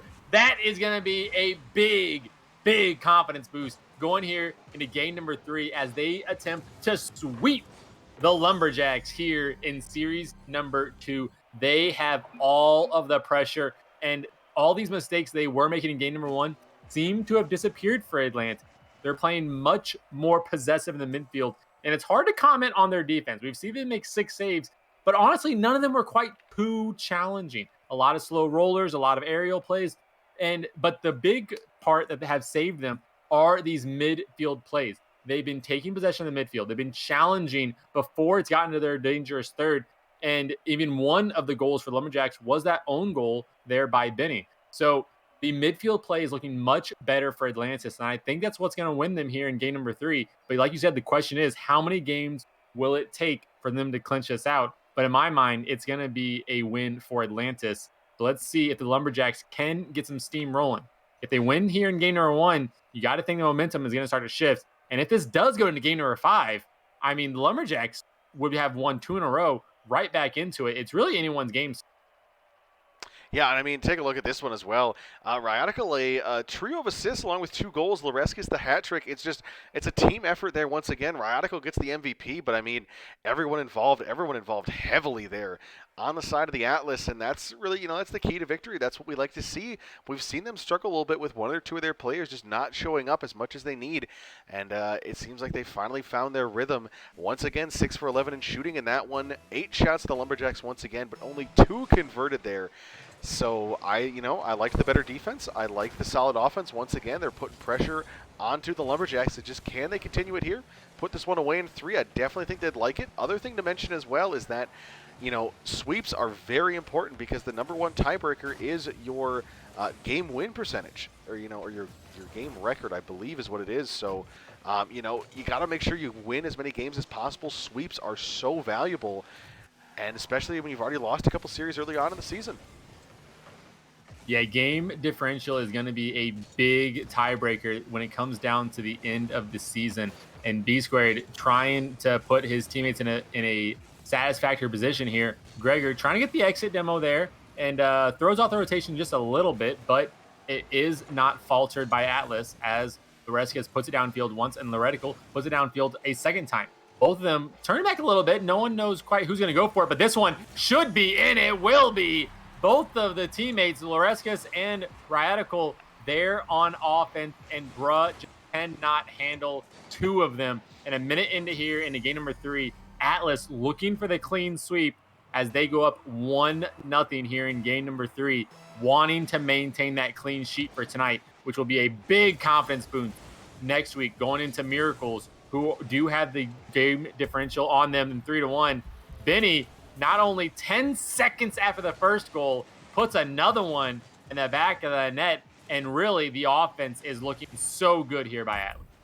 Yeah, I mean, you're mentioning just these, the game, the confidence, things like that, and that's a huge part of what these victories can do for teams. We've seen turnarounds, we've seen teams all of a sudden show up and have much better tail ends, but, that first goal by Ryotico there from the pass off Lareskis, another chance here, that one's just swept wide.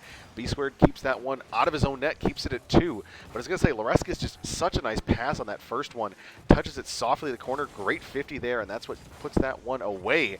Now Ryotico wins that 50 downfield. Lareskis trying to challenge, great pitch out there. B Squared sends that midfield. Bro.com can't quite read now. Ryotical. Soft touch there as Benny transitions down to offense, looking for some dangerous opportunities, winning 2-0. Love to pour a few more on top of that, but they can't keep that one in center. Now Ryotical back in towards mid, but Gregor Samsa clears.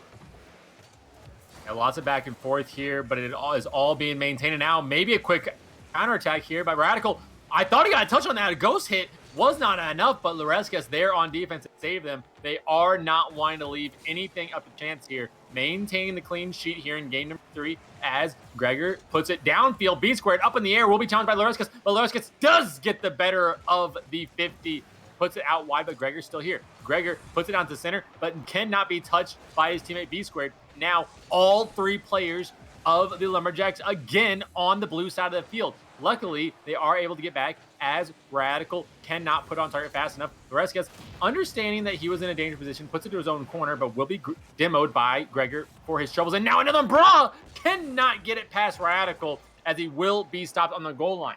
As we pass halftime here, still 2-0 from Atlas, but B Squared trying to change that. Bruh put it up to the corner, but he cannot get a touch on it. B Squared also cannot get it on target. They're having the possession. They have had it on the blue side of the field, but the touches just aren't enough, and the rotations by Atlas are. Another one there by Radical stops the ball before it even gets to the goal line. And now Benny puts it downfield. Varesquez has to rotate back. He thought about the demo there, but did not have the boost for it, so he opts for the rotation.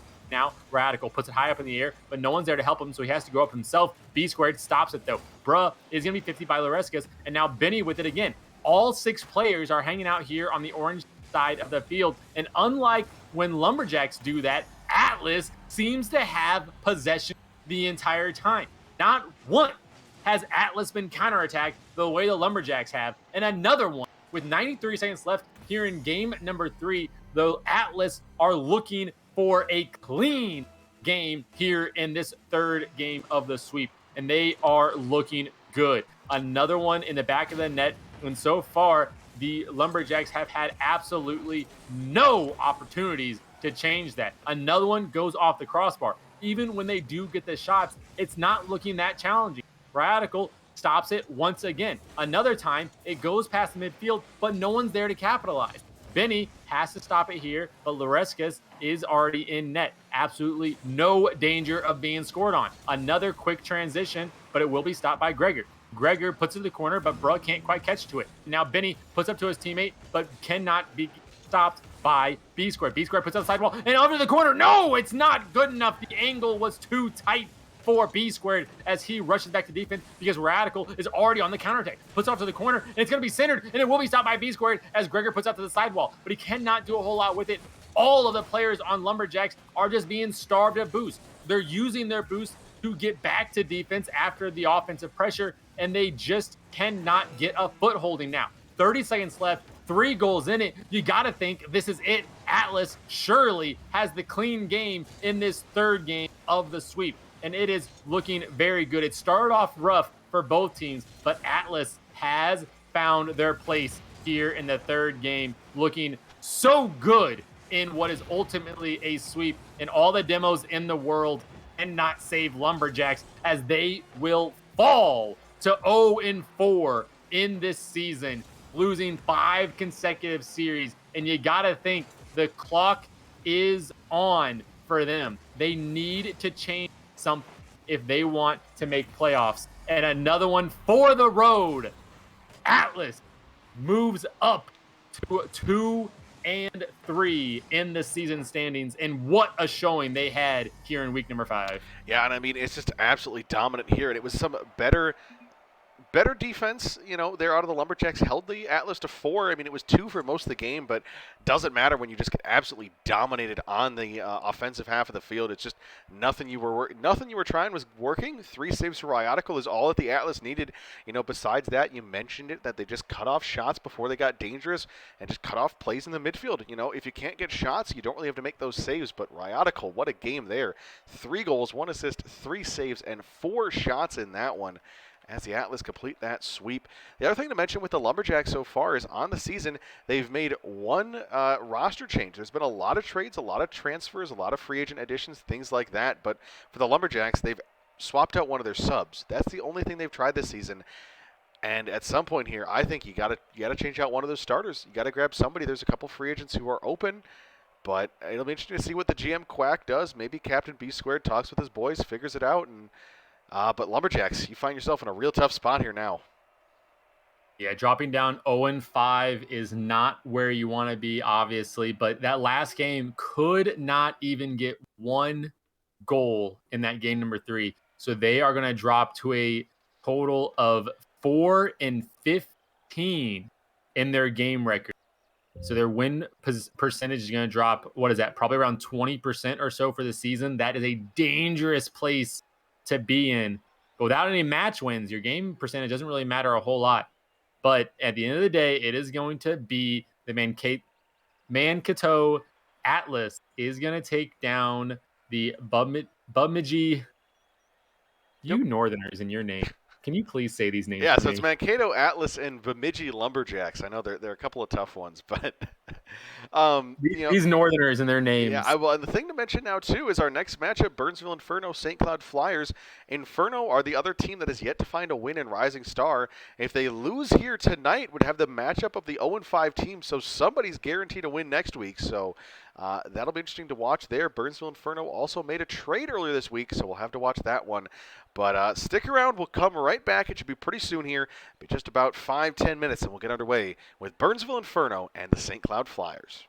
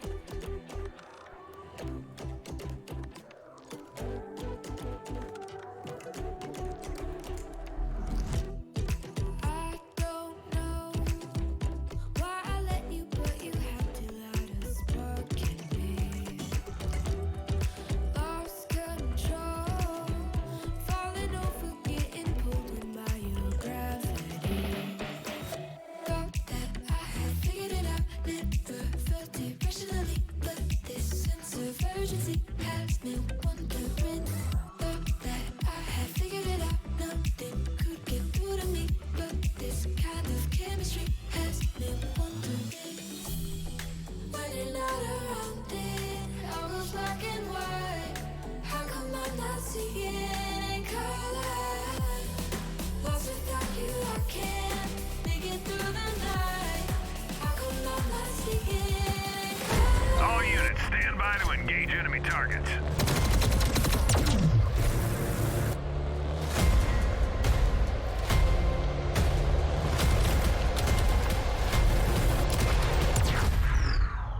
Mission accomplished. Well done.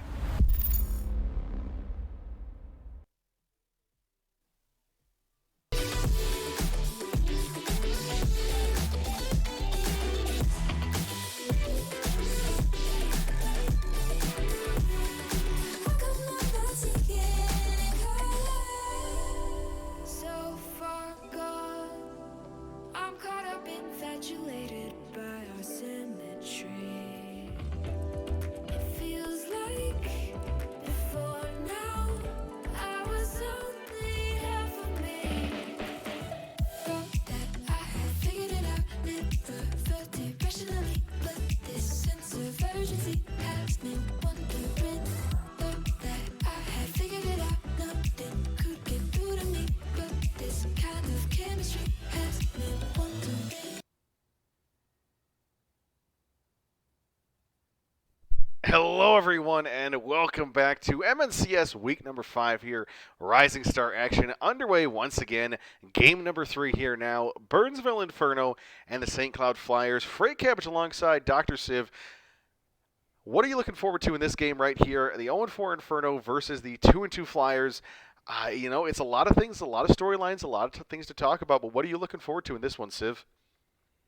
Well, looking at the Inferno last week, took it all the way to game number 5 versus the Barons, who are not a bad team by any stretch of the imagination, but coming in 0-4, knowing that you're going to face the 0-5 Lumberjacks, you really need a win this week to ensure that you don't have that tragic storyline of a 0-10 fight next week. But the St. Cloud Flyers certainly looking good, 2-2 with a win over Atlas, and we saw how good the Atlas played last series. Now, the question is that a flash in the pan or is that continuous? But you got to think the St. Cloud Flyers could win 3-1 versus them. They certainly have to be a good team. And look at their stat line. We see a 3 goals per game and an 80% assist rate. That's some of the highest in the league.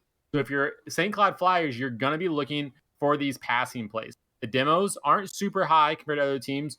So the question is, are they going to be doing normal passing plays on the ground? Are they going to use the backboard? Or what's going to be their method? So if you're the Inferno, take that first game to figure out what is the St. Cloud Flyers method this week, and then adapt to that. You're not a terrible team coming in at 0-4. You are the underdog, and make the St. Cloud Flyers think that they have the advantage on you just to capitalize on it. So figure out the passing plays and take advantage of those. And I think you're going to be very good for the Burnsville Inferno. Yeah, and the thing to mention too as well is that Burnsville Inferno, only Rising Star team to be made up of the starters to be entirely new players. Other side, St. Cloud Flyers, 4 of their starters were on this roster last season, so that's kind of fun to see them playing against their old franchise here. Unfortunately for the Flyers, they're missing their captain in Wasty tonight. He is out of town, so it's Blake, Slay Panther, and OVP this evening. So that's going to be something that might hinder them a little bit because that Wasty, Blake, and Slay Panther combo, they finished second in Rising Star last season, and they put up a beautiful season, only falling in the end to the Burnsville Lumberjacks. So, missing that top player, it's going to be tough, but we'll have to see how OVP, as a rookie to the league, I'm not sure if he's played yet this season. I can quick take a look. It'd be interesting to see if he can make it happen still, if there's still that success, and if they can adapt to playing with their sub here. Yeah, it looks like OVP did play. This is the second week in the lineup. Same with Slay Panther. So it's going to be interesting. Can he adapt? He is one of the lower salary members here on the St. Cloud Flyers, but we said the exact same thing about Cat in our first game. So it's going to be interesting to see if he can hold up that lower salary mentality that Cat was able to bring to the pitch in their game. So a second game with OVP in the lineup also a rookie. But yeah, it's going to be interesting if he can mesh with it. Will we see that 80% assist rating maintain that high with a new player in the lineup? I'm going to say they probably can. Surely they still play together off stream and in their scrims, but it is going to be a factor in the storyline. Will they maintain that assist with a lower salary player, and ultimately what is a sub and missing your captain? It's going to be an interesting lineup here, and we'll probably know a lot more here after game number 1, which we are going to get into. Our third game of the night is going to start out in the favor of the Burnsville Infernos. Again, coming into this 0-4, and they definitely want to put one on the board here, and they try to. No, it is not enough for it, as Doty, who I will pronounce correctly this week, does take the advantage there. And now Tech tries to put it in the center, but he does not get enough of a touch on it, as Blake is able to bump him out of the way. Tech surely had the opportunity there, but Blake did not want to get the free shots. The bumping coming out early again. Blake bumping out Quick Horizon there. I love to see it early in the match. Get your opponent off center and get the rotation off of equilibrium. It's going to be nice to see if they can maintain this the whole series, and also if the Flyers can adapt to it.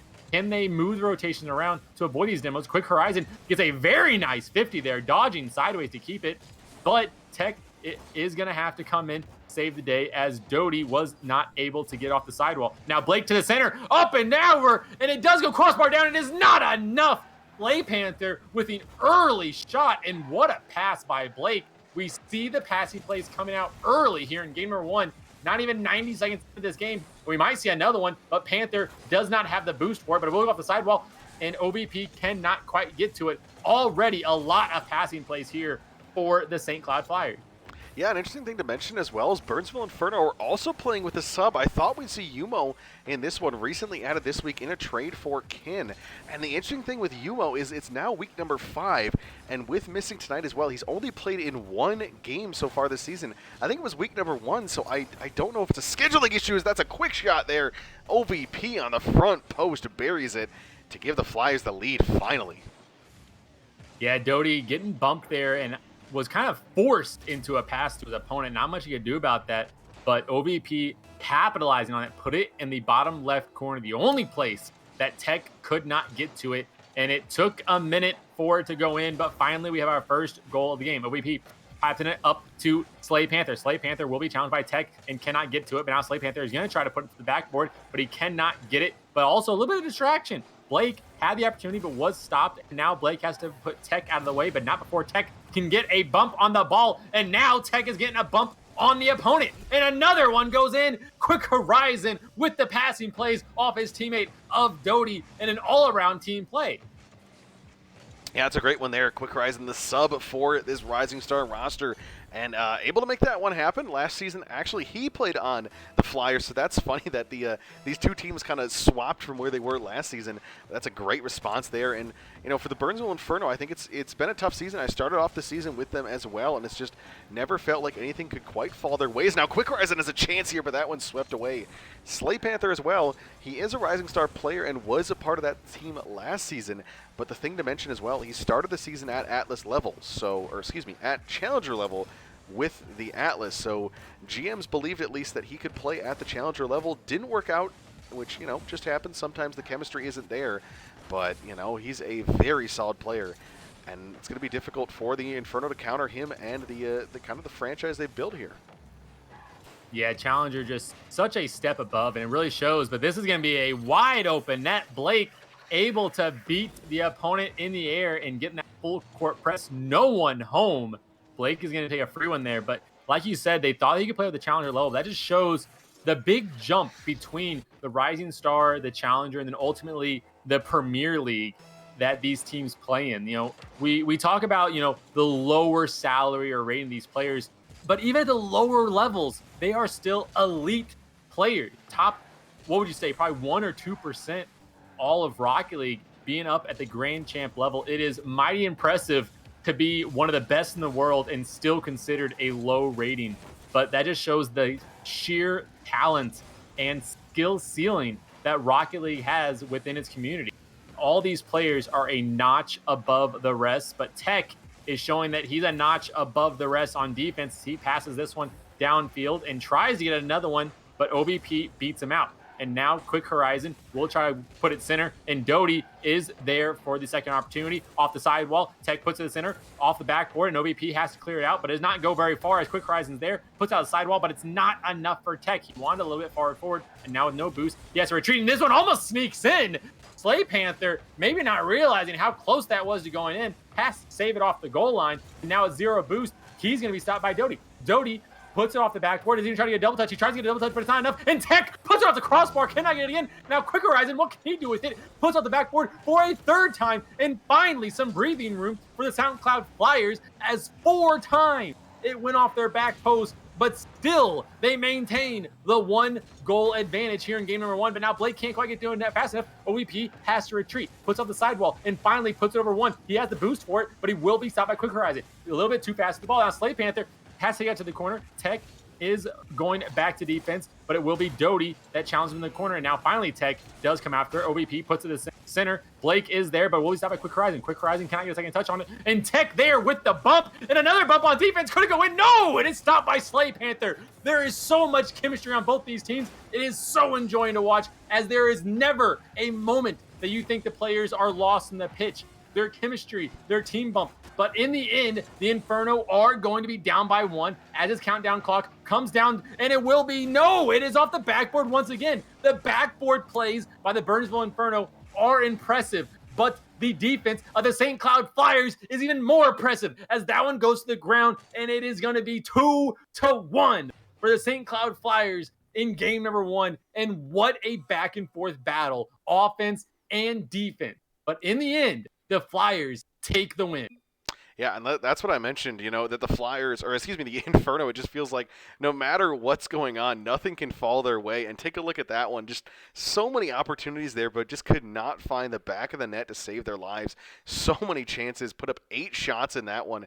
And it wasn't a bad game. It wasn't really, they never felt like they were that far away, but just when you put up 8 shots and the opponents only have 2 saves, that tells you got to put some more between the posts. You got to find ways to make those more dangerous shots on net. And, the Inferno, I think it's an encouraging sign. But game number 2, you got to right the ship here. You fall behind 2-0 in the series, and I think you're done for the night. Yeah, and you said 8 shots on target, but how many shots weren't technically counted because they went off the back?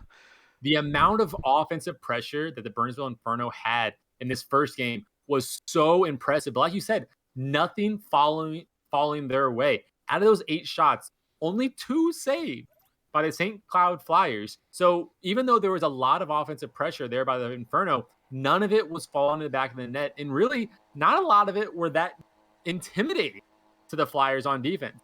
But the defense of Flyers were coming out. They were protecting their backboard. We talked about these teams having such a high assist percentage per game, but what a start!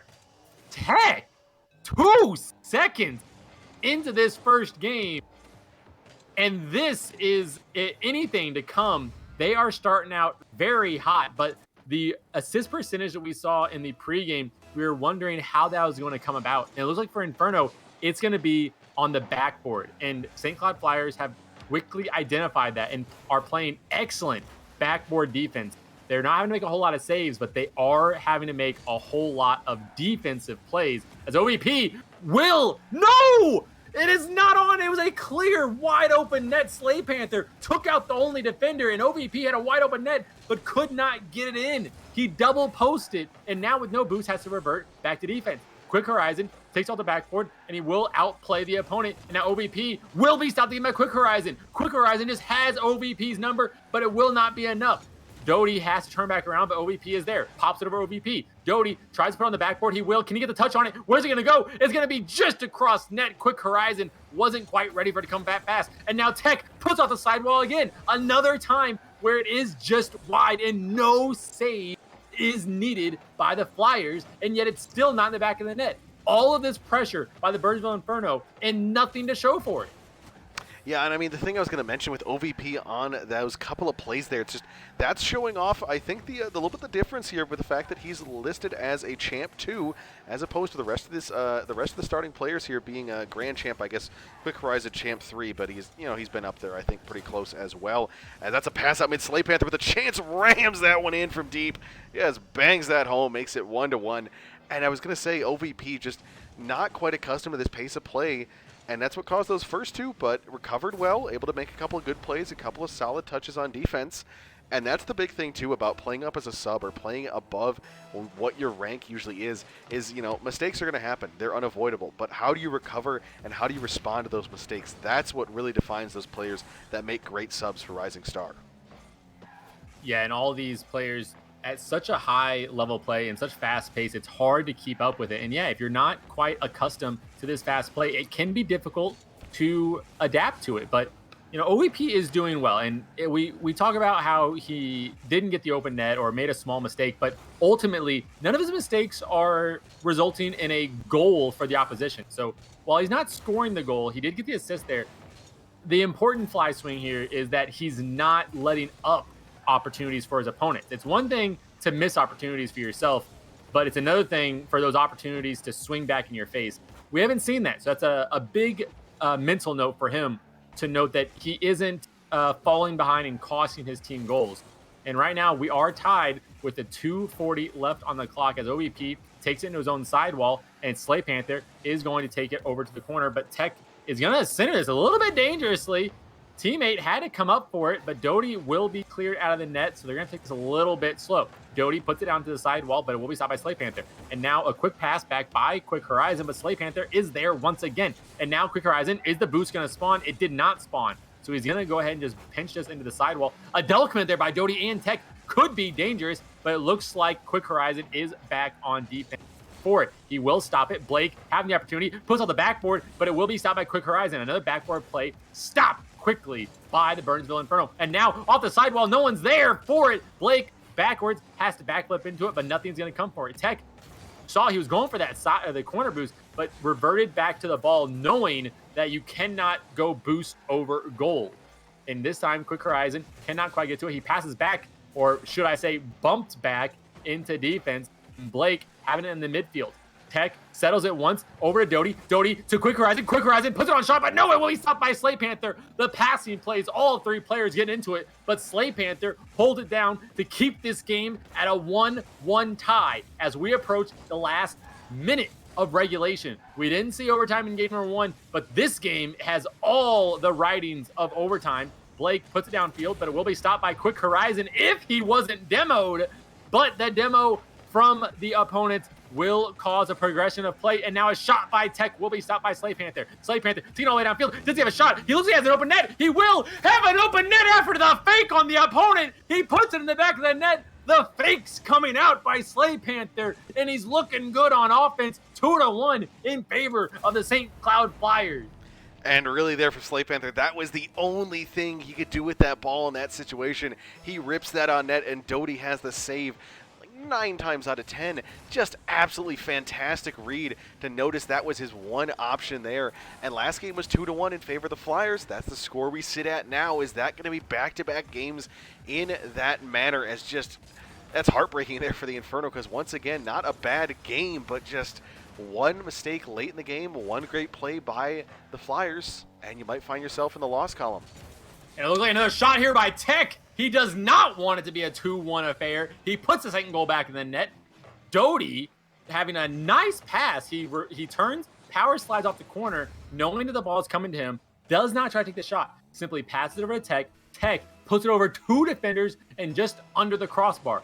32 seconds left in game number 2. I said this might be overtime, and sure, oh boy, it is looking like it. Neither team wants to go overtime. They know the other team can put a lot of pressure on them, and golden goal is not where you want to sit. But right now, 15 seconds left. We approach the 10-second countdown timer as Blake puts up in the air, but that's going to be dangerous. Tech and Quick Horizon both go for it, and that might be dangerous for them. Doty, last one back, tips it over one, does not get a good touch on it, and it will go down to the ground as we see overtime in game number 2. a dangerous double commit by Quick Horizon and Tech, but they will not be punished this time. OVP puts it in the corner, but with no boost, has to fall back. Tech will be challenged by Blake, and now Doty. Doty puts it up high. He only has OVP to beat, and he does beat OVP! He goes underneath, and they were scored once with the fake, and they put another one on target with the fake. Doty, with so many options, decides to leave it. OVP goes for the play, gets faked, and that's how we end game number 2. A beautiful play by Doty ties up this series 1-1. We are officially in a best of 3. Yeah, and that's a great response there. It was a dangerous opportunity, and it was weird for OVP because I thought he'd just go for the 50. I think still might lose that 50, but decides to just go for the save a little bit too far out. I couldn't tell if it was a fake or a miss, but regardless, Inferno will take that victory no matter the way it comes at them. 2 goals for Tech, 5 shots, 3 for 9 for the Inferno, so not too bad there. Flyers much better, 2 for 5. However, you got to get higher quantities there as Slay Panther. See that goal in the background, but we'll have to see what happens here. Game number 3, Inferno keep up that success on offense, maintain this low-scoring back-and-forth game, and you definitely put yourself in a chance to pick up your first series win. And a first series win, Inferno definitely wants. Again, 0-4 on the season. They do not want to have that 0-5 storyline versus the Lumberjacks next week. But honestly, in my opinion, if you're OVP, you're always fake. You never want to say that you missed the ball. So go ahead and give them the outplay there. A beautiful play by Doty. And we're going to go into here in game number 3 here. Yeah, and now it's the ever important question of winning that middle game of the series. We talked about this in our first series of the night about, do you put yourself into a spot where you have back-to-back match points for you or against you? That's what we're looking to decide here. Slay Panther, great dunk there. Chance on the follow-up for Blake, but no luck there, as I believe Blake as well actually had was in the Fennec games prior, now in the Octane, so take a look at the car change there, see if that ends up affecting his play style in this one. Now OVP stops this one. Now 1v1 against Quick Horizon. Dunked there. Blake, good transition back forward, and love to see what the Inferno could do on offense now. And OVP not quite into that one. Tech had an opportunity on net, but Blake and Tech are both going to double commit there, and it will be stopped by Quick Horizon. Quick Horizon going to try to pass this back to his teammates, and he will. Doty is there for the quick counterattack, and it will be on target, but no, Slay Panther is there on defense. What a save there by Slay Panther, identifying the trouble in his own third. And now a lot of back and forth. Tech has to go up for this, puts it to his own corner. He's going to try to get back on the wall with no boost. It's going to be difficult, and he will finally be able to get to it. Tech is going to rotate back as Quick Horizon now with no boost. It's going to be no boost for all the players here on Inferno, but they may not even need it. They will not. No, off the crossbar twice. What a play there. That is tough to see. A minute and a half into game number 1. So many chances for both teams, but we're still sitting at a 0-0 advantage. And now Doty trying to put in the center. Quick Horizon and Tech. Again, the double commit by Quick Horizon and Tech is tough to see. And a demo on Blake on Doty is going to make it even tougher. But OVP with no boost, the boost management coming out there a little bit, not able to get a good touch on the ball. Slay Panther tries to get there, but Doty will save it and clear it. And now a back and forth action. We're 2 minutes in this game. A high goal scoring affair last game, 3-2. We're going to see 0 goals currently in the first 2 minutes of this game. And a lot of missed opportunities, if you ask me. But overall, nothing too major as Doty puts off the sidewall. Try to put that a little more center, I think. But Tech is going to put it on target, but it will be stopped by Slay Panther as he gets a small touch right after it bounces off the corner. Now, Doty puts it high again. He's going to try to drop it. He does not quite get to it. And Slay Panther has to come for it. He's going to go for the in and out, but it will not be enough as Tech identifies it and puts it just left of the defender. Yeah, and like you mentioned, those mistakes. This one was just a bad touch by Slay Panther. Tries to recover with the squishy save, but just too awkward. I think OVP was 0 boost again, and you got to either find a way to have boost in the tank there, or just you got to capitalize on offense. Yet another opportunity where there was a clear net, an open net there, and you can't keep missing those when you're in a tough, hard-fought series like this one. Every goal is going to matter, and mistakes like that are going to cost your team the series. Yeah, here on halftime, only 1 goal scored in the first half of this match. going to be a close one. Every goal and every opportunity is going to matter. And, we talk about it.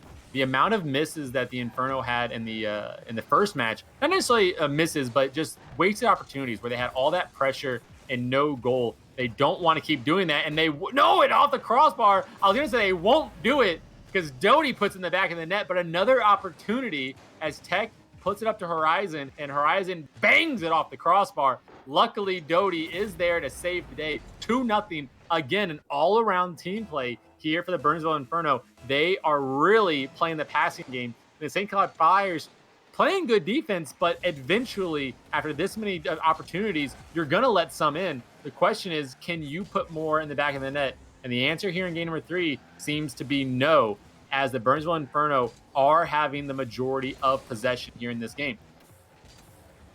Yeah, it's now an opportunity here for Tech out of his own defensive corner. OVP shot there. That's almost dangerous, but not quite. Still time here for the Flyers if they're able to find some offense here. But it's going to take something kind of quick here. Of course, clock is your friend until it isn't.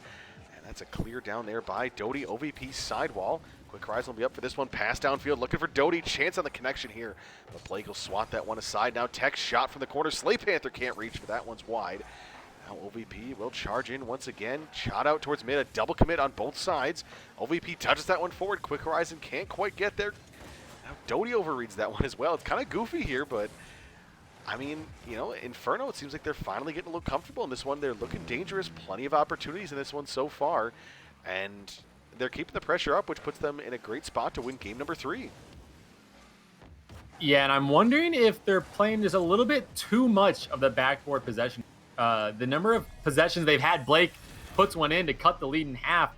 But the Burnsville Inferno are playing a lot of backboard offense. They're putting on the backboard. They're crossing over the opponent's net a lot. And I'm wondering if just putting it on target might be more beneficial. We saw it in the previous match of Atlas and Lumberjacks, where those opportunities that you may not think are high probabilities happen to just roll in. And I'm not going to say that the Flyers are going to make as many mistakes as the Atlas and Lumberjacks did, but you just never know if you're the Burnsville Inferno what might slip through the cracks. And in a low-scoring affair, 2-1 here with 30 seconds left, although you have the lead, this is not going to be your last match. And you got to wonder, are you playing too much of this passing play? Should you just make one pass in the midfield and then shoot on target? I don't know, but right now it seems to be working for them as Doty puts off the backboard again. He's going to try to put another touch on it, but Blake is there to stop it as Quick Horizon goes into the back of the net trying to double commit there. Now Quick Horizon is going to leave it for Slay Panther. Slay Panther puts it on target, and a demo by Blake means that they will not maintain possession here. And now if this ball touches the ground, it's going to be all over. But Slay Panther has the opportunity. Blake going for the headhunting. This might just be a good opportunity for him. And no, it goes just off the ground. This ball was going to be in, but 0 seconds means that you're not allowed to touch the ground. And it seems like the Burnsville Inferno might have squeaked one out there as that ball was peering for the back of the net.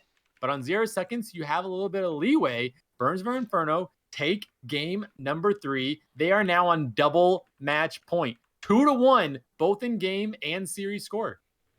Yeah, and, that was a good win there. Once again, it was actually more offense on the side of the Flyers, and it forced 6 saves out of the Inferno. It didn't feel like that, so it must have been a little bit earlier on, or just a couple opportunities there late, and definitely Inferno got away with one there. They were a little bit too aggressive with 0 seconds left and almost got scored on. Slay Panther, give him an extra second on the clock there. That one finds its way into the back of the net. So unfortunate for the Flyers in that one. Put up 8 shots. Blake with the lone goal with the assist to Slay Panther. I think if those two just try to carry this team a little bit more, they probably have a chance this next one. Sometimes it's up to you. We saw it last season with Premier. I talk about this one all the time, but Calster, he had 2 subs with him, put the team on his back, put the games away, took back-to-back series victories that night. And somebody's got to step up here for the Flyers. Maybe you just try to rally OVP, make him have a little bit of a better game there. Otherwise, those other 2 players, somebody's got to be the difference in this one. Yeah, and it's really a matter of they can have the offense going. We saw last game, 7 shots for the Burnsville Inferno and only 2 saved by the Flyers. So again, just like we talked about in game number 1 and 2, all this pressure by the Burnsville Inferno, and it's not coming to fruition. They're getting all this pressure and shots on net, but none of it is that intimidating for their opponents. And I think that if they can put more of these on target and forget the passing plays a little bit, and be a little bit more selfish for the Burnsville Inferno, they might have a little bit easier of a win here. But if you're the St. Cloud Flyers, I think you're right. I think OVP needs to fall into that defensive role that we saw Cat fall into earlier today and allow his teammates in Blake and Slay Panther to really just, go out and score some of these goals. They've only scored 1 or 2 goals in the first 2 games, and now only 1 goal in the third game. So they need to have a little bit more offensive pressure here in game number 4. But on double match point, the Burnsville Inferno do have an extra life. But if you're the St. Cloud Flyers, you need to win the next 2. The first minute of this game has already come and gone, and not a whole lot of offensive pressure for any team. Blake is trying to change that, but Doty will stop him early. Doty is going to be challenged by OVP. And OVP, again, not quite fast enough. Doty, so quick in the air, and OVP can't quite read it. But now, a shot by Blake does put in the back of the net. And it is Slay Panther to Blake for the first goal of the game, just like we said, letting those two take advantage on the offense, and it seems to be working out. Minute 15 in game number 4, and they do take the first lead of the game. Yeah, and that was a great one there once again, as you just, like you mentioned, those 2 players that we needed to show up. And, Blake just squeaks that one inside the post. Such a tight angle there, but able to make it work, as now it's, I think for the Flyers, keep up the offense, keep up the pressure, put at least 2 on net, or at least 2 in the back of the net, to make the Inferno have to sweat for this game a little bit if they want to take it in 4. Otherwise, try to build that confidence heading into game number 5.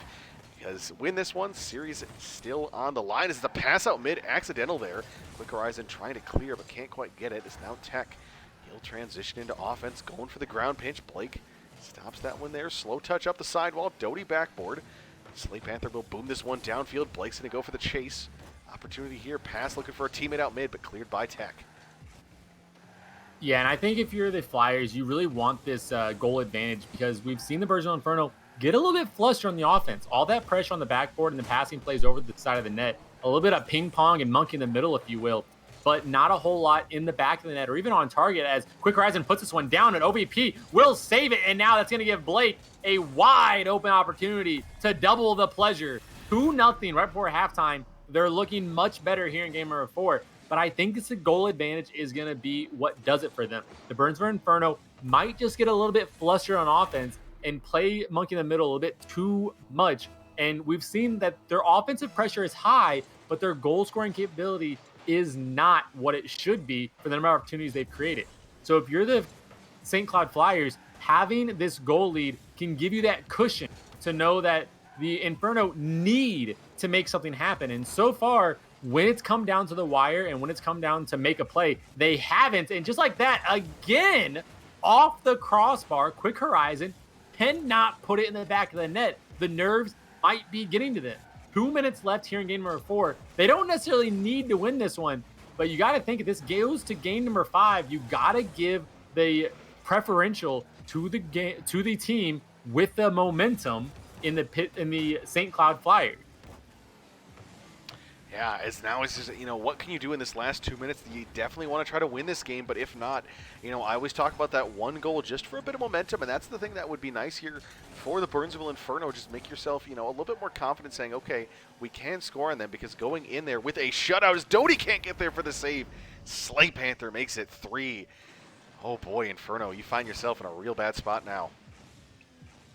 Another passing play, Blake to Slay Panther, and yeah, 3 goals. It's the most the Flyers have scored in the entire series. So their offense is looking significantly better now than it has previously. But even more important, they are finally figuring out this Burnsville Inferno. Not only are they able to score the goals that they need to, but also the opportunities for the Burnsville Inferno is not what it's been in the first 3 games of this series. They've been looking much better in the midfield and stopping the possession play before it gets too far into Slay Panther with no boost has to relieve this one. And OVP, another miss on the sidewall, but he will have backup within Blake. He's going to rotate back. Blake put it on the back wall, but it will be stopped by Doty before it gets there. And now OVP puts it down center. OVP can't quite get to it, and Tech will stop it. OVP's still there, but he's got to stop.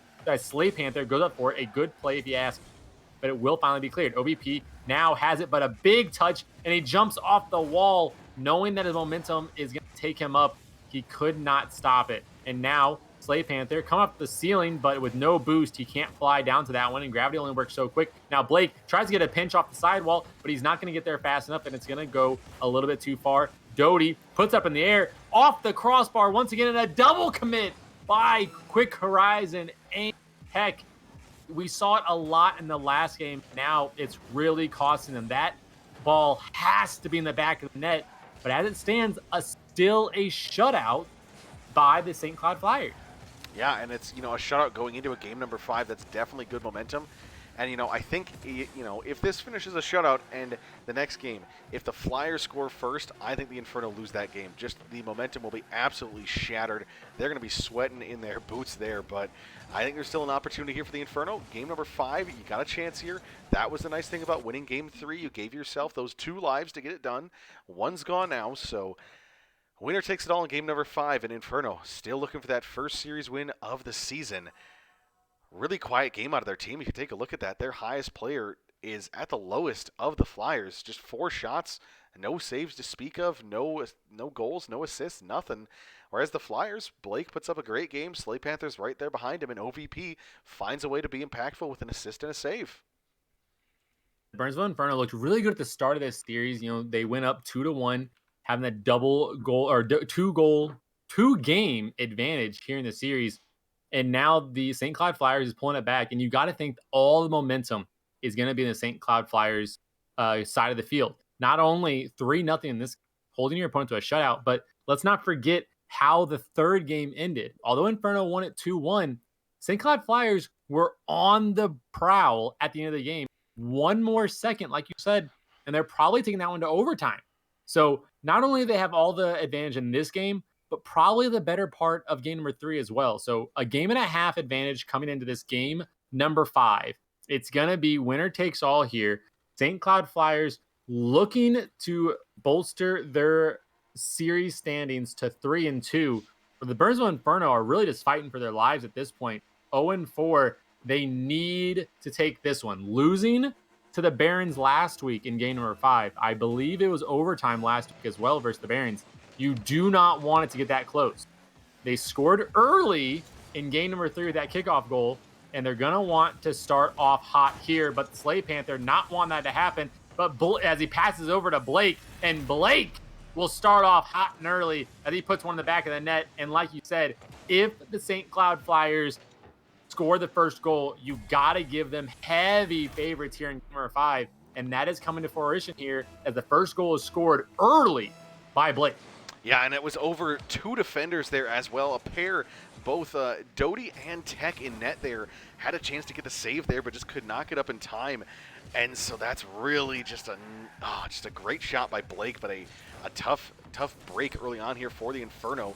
Now it's just who can score next because, game 3 is impactful because it's who can take the lead, who can take that momentum. But, second goal, it's either 2-0 or it's 1-1. And I guarantee the Inferno definitely like one of those score lines a lot more than the other.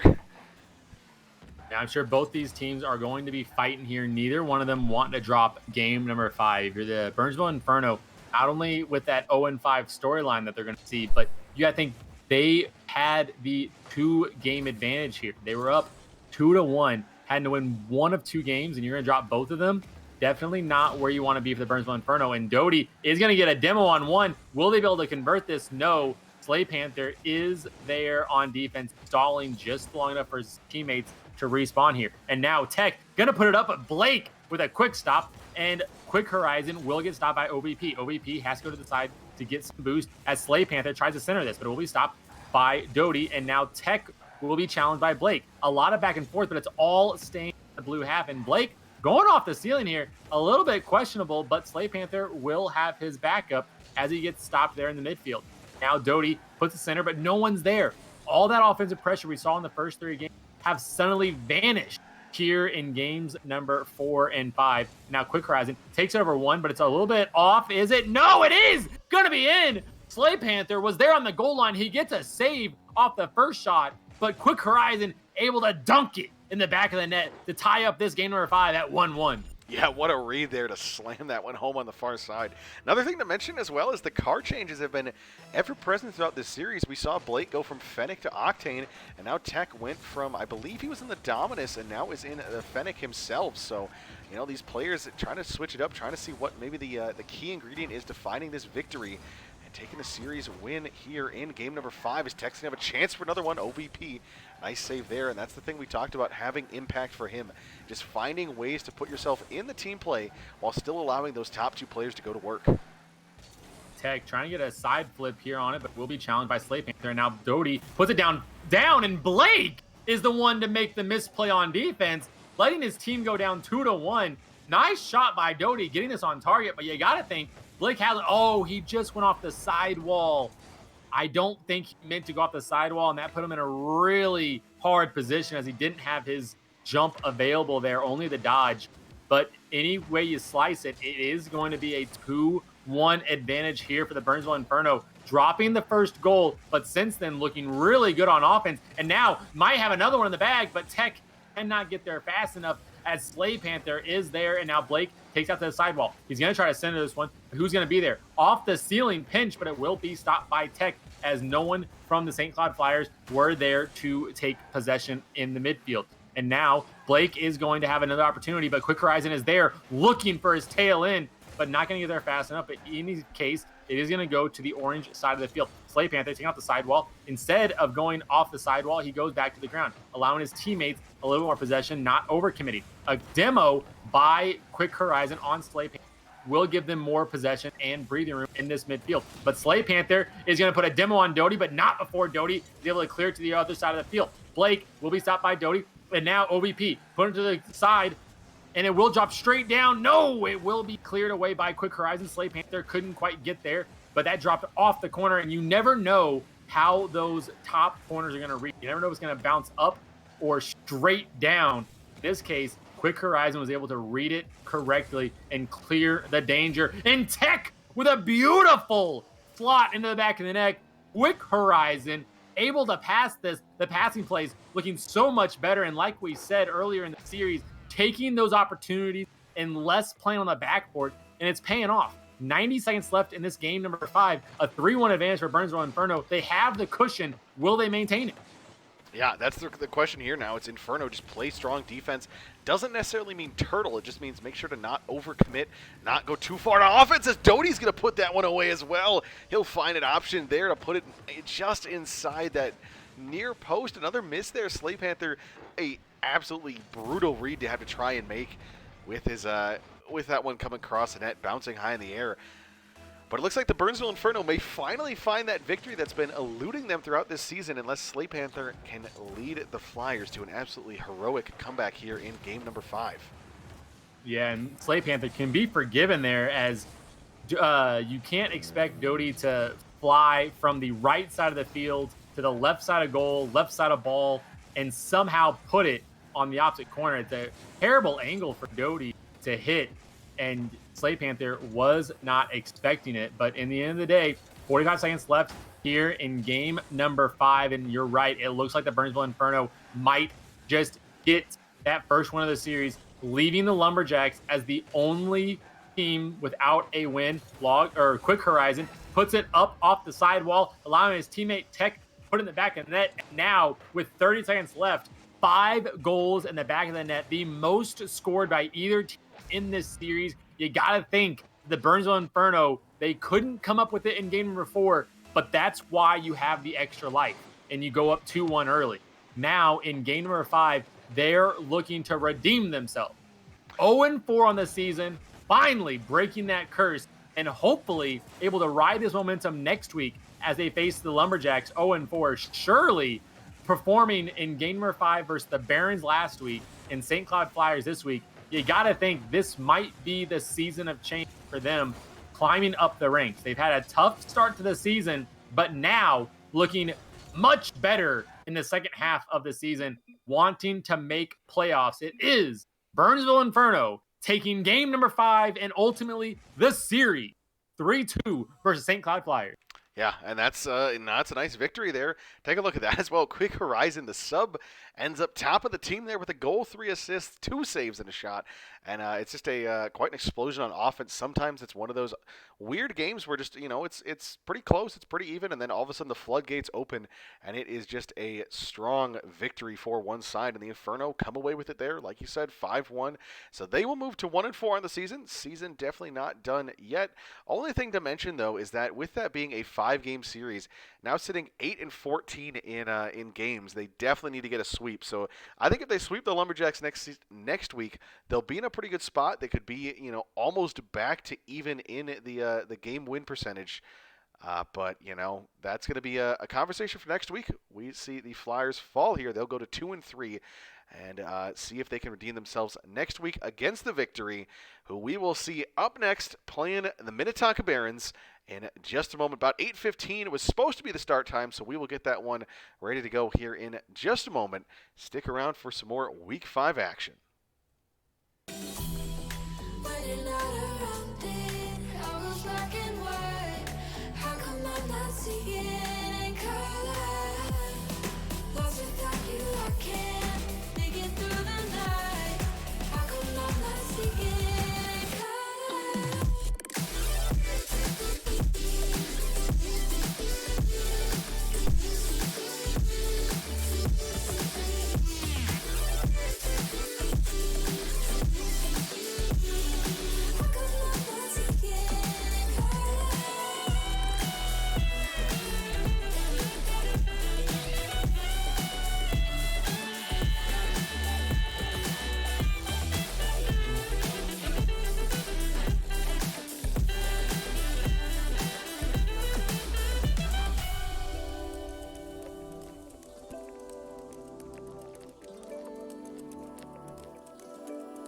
so far gone?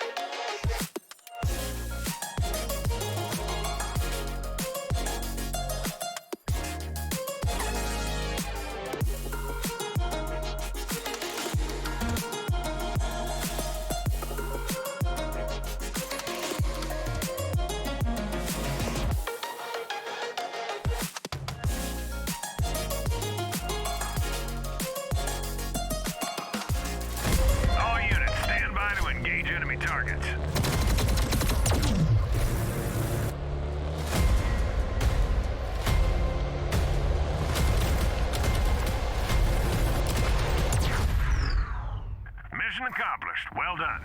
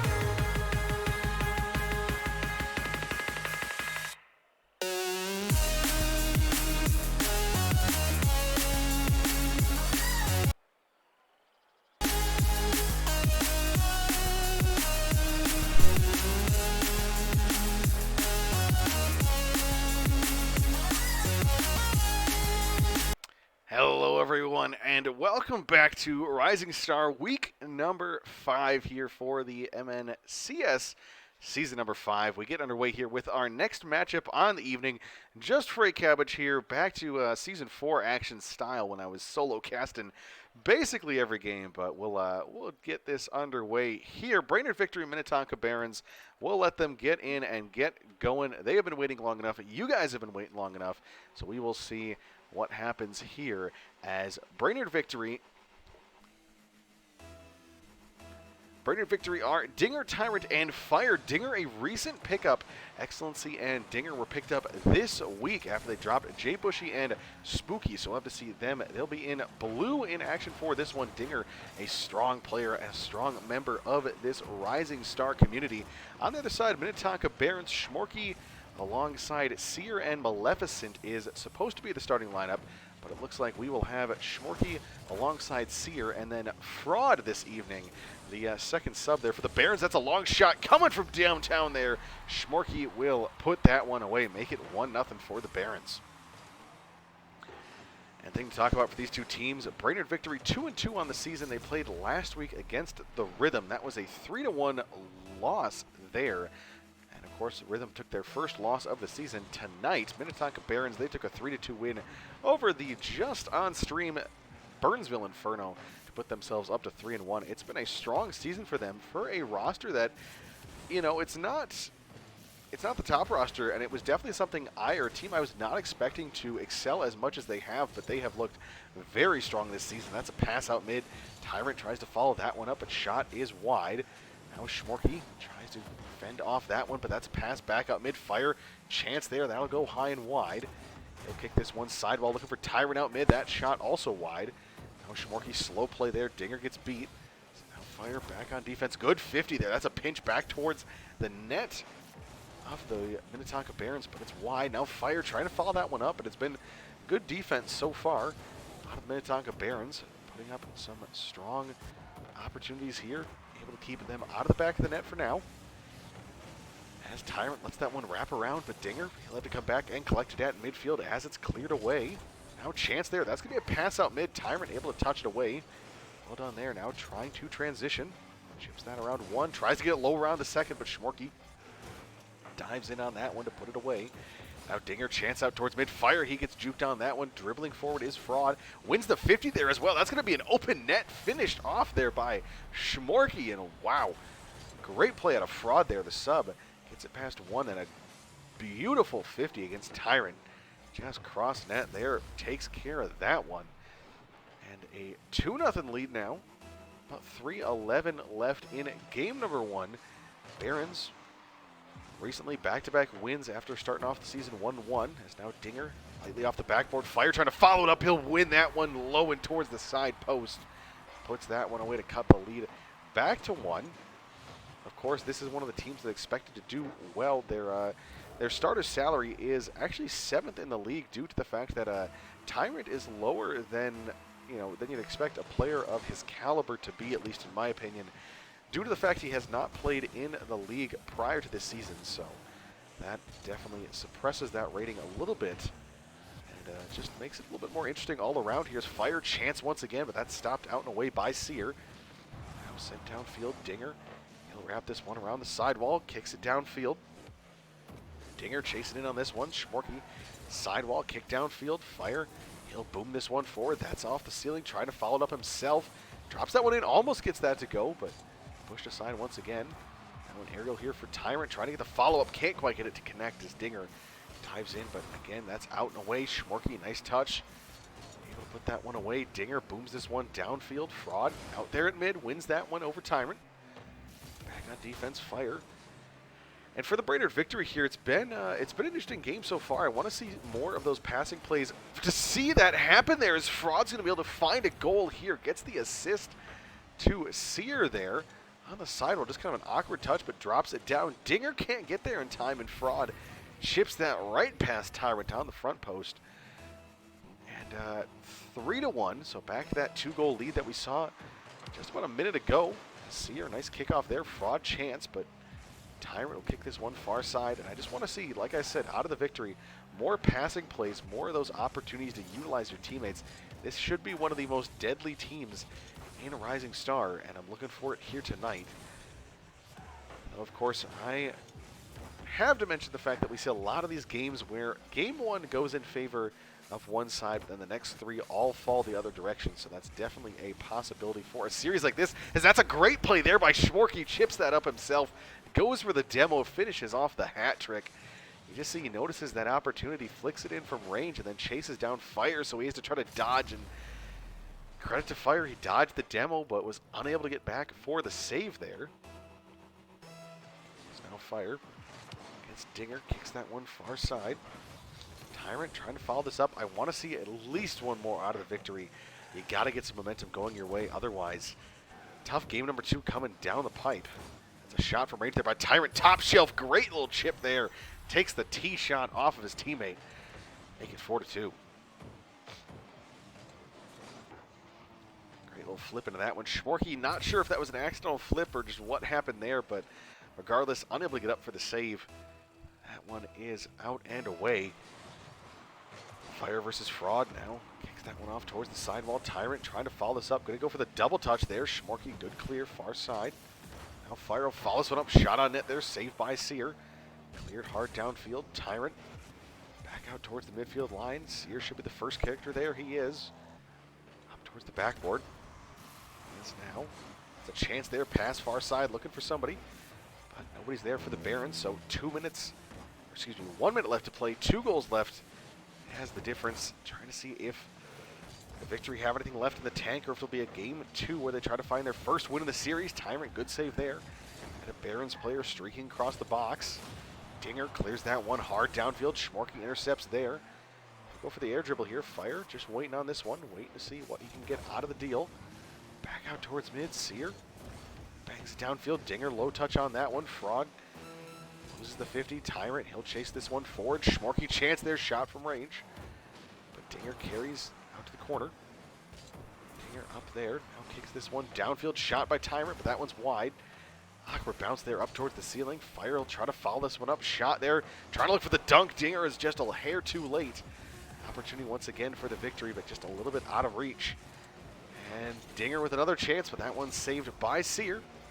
And that will seal game number 1, 4-2 victory in favor of the Minnetonka Barons, unless Fire can air dribble this with not an entire tank of boost. Tyrant tries to shoot, drops down. And a little bit of a reverse from what I was expecting, seeing the Barons play with a sub versus the starting roster of the victory. Also for the Brainerd victory, all 3 players on their starting lineup above the highest player on the Minnetonka Barons, which is Schmorky. So it's really the Barons should be the one winning this one. Or excuse me, the victory should, based on the team salaries, and maybe it's the Barons matching profile pictures we have in game, or the matching clan name there. But regardless, 4-2, Schmorky with the hat trick, 7 shots there. And all around, just a great game from the Barons. They'll look to repeat that success in game number 2 here. Trying to see if they can put up a victory here in week number 5 while playing with the sub. Always harder to play with a player that you probably don't play a ton with. As we'll get underway here. Gotta say thank you to everyone for joining us once again this evening. Hope you've enjoyed the Rocket League so far. Make sure to stick around. I've got I believe Grape joining me next game, so you'll see a little produce section casting, Grape and Cabbage. Hope you stick around for that one. A couple of great games coming up there. Teams fighting to get those top spots, especially with the rhythm falling earlier this evening. It has opened up a opportunity for a couple other teams to swoop in and potentially take that top spot. We saw that earlier on this evening from the Maulers. Now Tyrant looking to go to work here. Dinger with a chance there. Puts that one back post. Great shot there. Finds the opening. And it buries that one off the pass from Tyrant.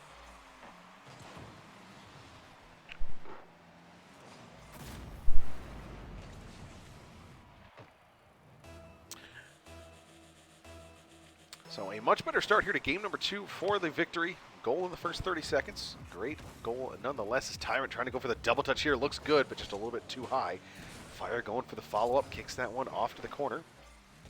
Lets that one go as he and Dinger both go for it. So double commit there means Tyrant has to stay a little bit farther back. Schmorky bangs that one in from range. Tyrant puts it out towards mid. Drops it down. Thankfully, that demo in there might have been a big part of why that one doesn't end up in the back of the net. Tyrant trying to kick that one out mid-fire. Interference as Schmorky gets the save. I don't know how he kept that one out of the back of the net, but he does. Keeping his team only down by 1 for now. Schmorky kicks that one forward. Now Dinger back in his own corner. He'll try to carry this one downfield. Gets it past 2, but Fraud cuts in there. Now Tyrant. Shot from range, but Schmorky easily handles that one. Back towards mid-fire chance here. That one's high and wide. Fraud touches that one up and away. Trying to get that one farther out of danger. Opportunities here once again, back and forth. Fraud clears that one downfield. Tyrant shot. Sear clears back once again. Now Schmorky, he'll float this one back towards the box. 2 players up for it. Tyrant takes the clear into the corner. Go off his backboard for it as well. Actually going to be an own goal there. Saved by Dinger on the back post. Dangerous opportunity. Dinger can't get up for it. Sear's shot's going to miss. That's fortunate there for the victory. They're playing a little sloppy here. Not the composure, not the finesse and quality Rocket League I expect to see from them, but hopefully they kind of warm up into this series because they can be such a deadly team if they find their mojo. Here's Tyrant chance there. That's a great passing play. Tyrant drops that one home front post. Nothing the defender can do there but just sit and hope the shot comes at him. Sear has to jump for that one.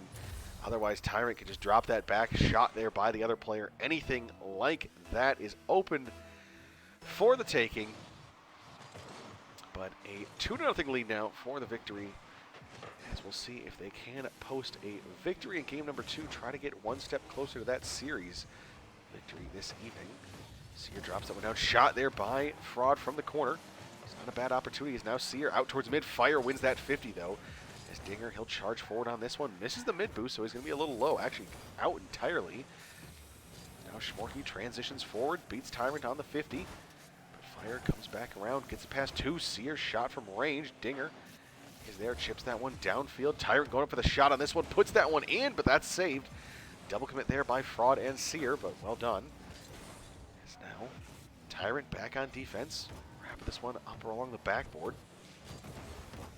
Is there. Schmorky booms this one downfield. Sear with the chance. Shot there. That one's going to go just wide. Tyrant has the clear. And it avoids the danger for the moment.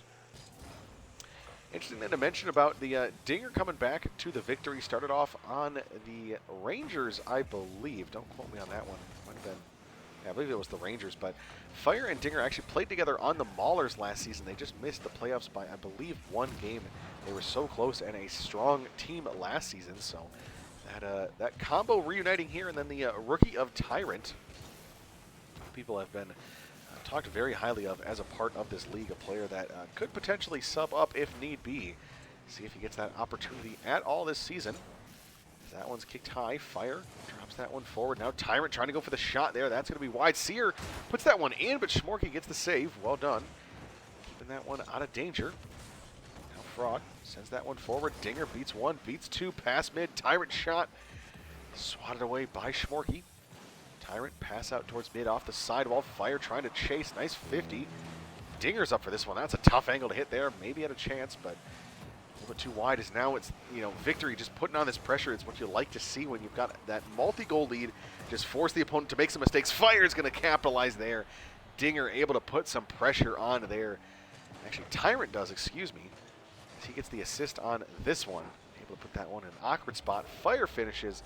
Nice and easy. Making it 3-0 there. As Victory coming into this week averaging 2.56 goals per game. The actually same mark as the Barons. That's kind of interesting. As Schmorky's going to put one on the board here for the Barons with 42 left to go. So still a chance here. Great touch there by Fraud. Puts that off the backboard and in a tough spot for Tyrant to read.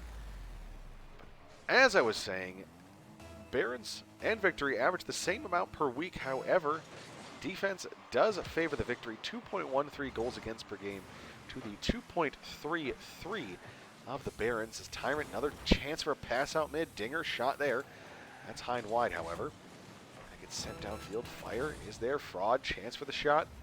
Hanging out towards mid. Now Sear, chance there, but Fire again wins that 50. Opportunities here for the Victory to tack on more onto this lead, but they definitely don't need to do that unless they see more danger coming out of the Barons. But 15 seconds left in this one. Should be nice and easy. Should be able to put this one away. And as I say that, Schmorky shot in from range. Tyrant can't get the save. That's crossbar down.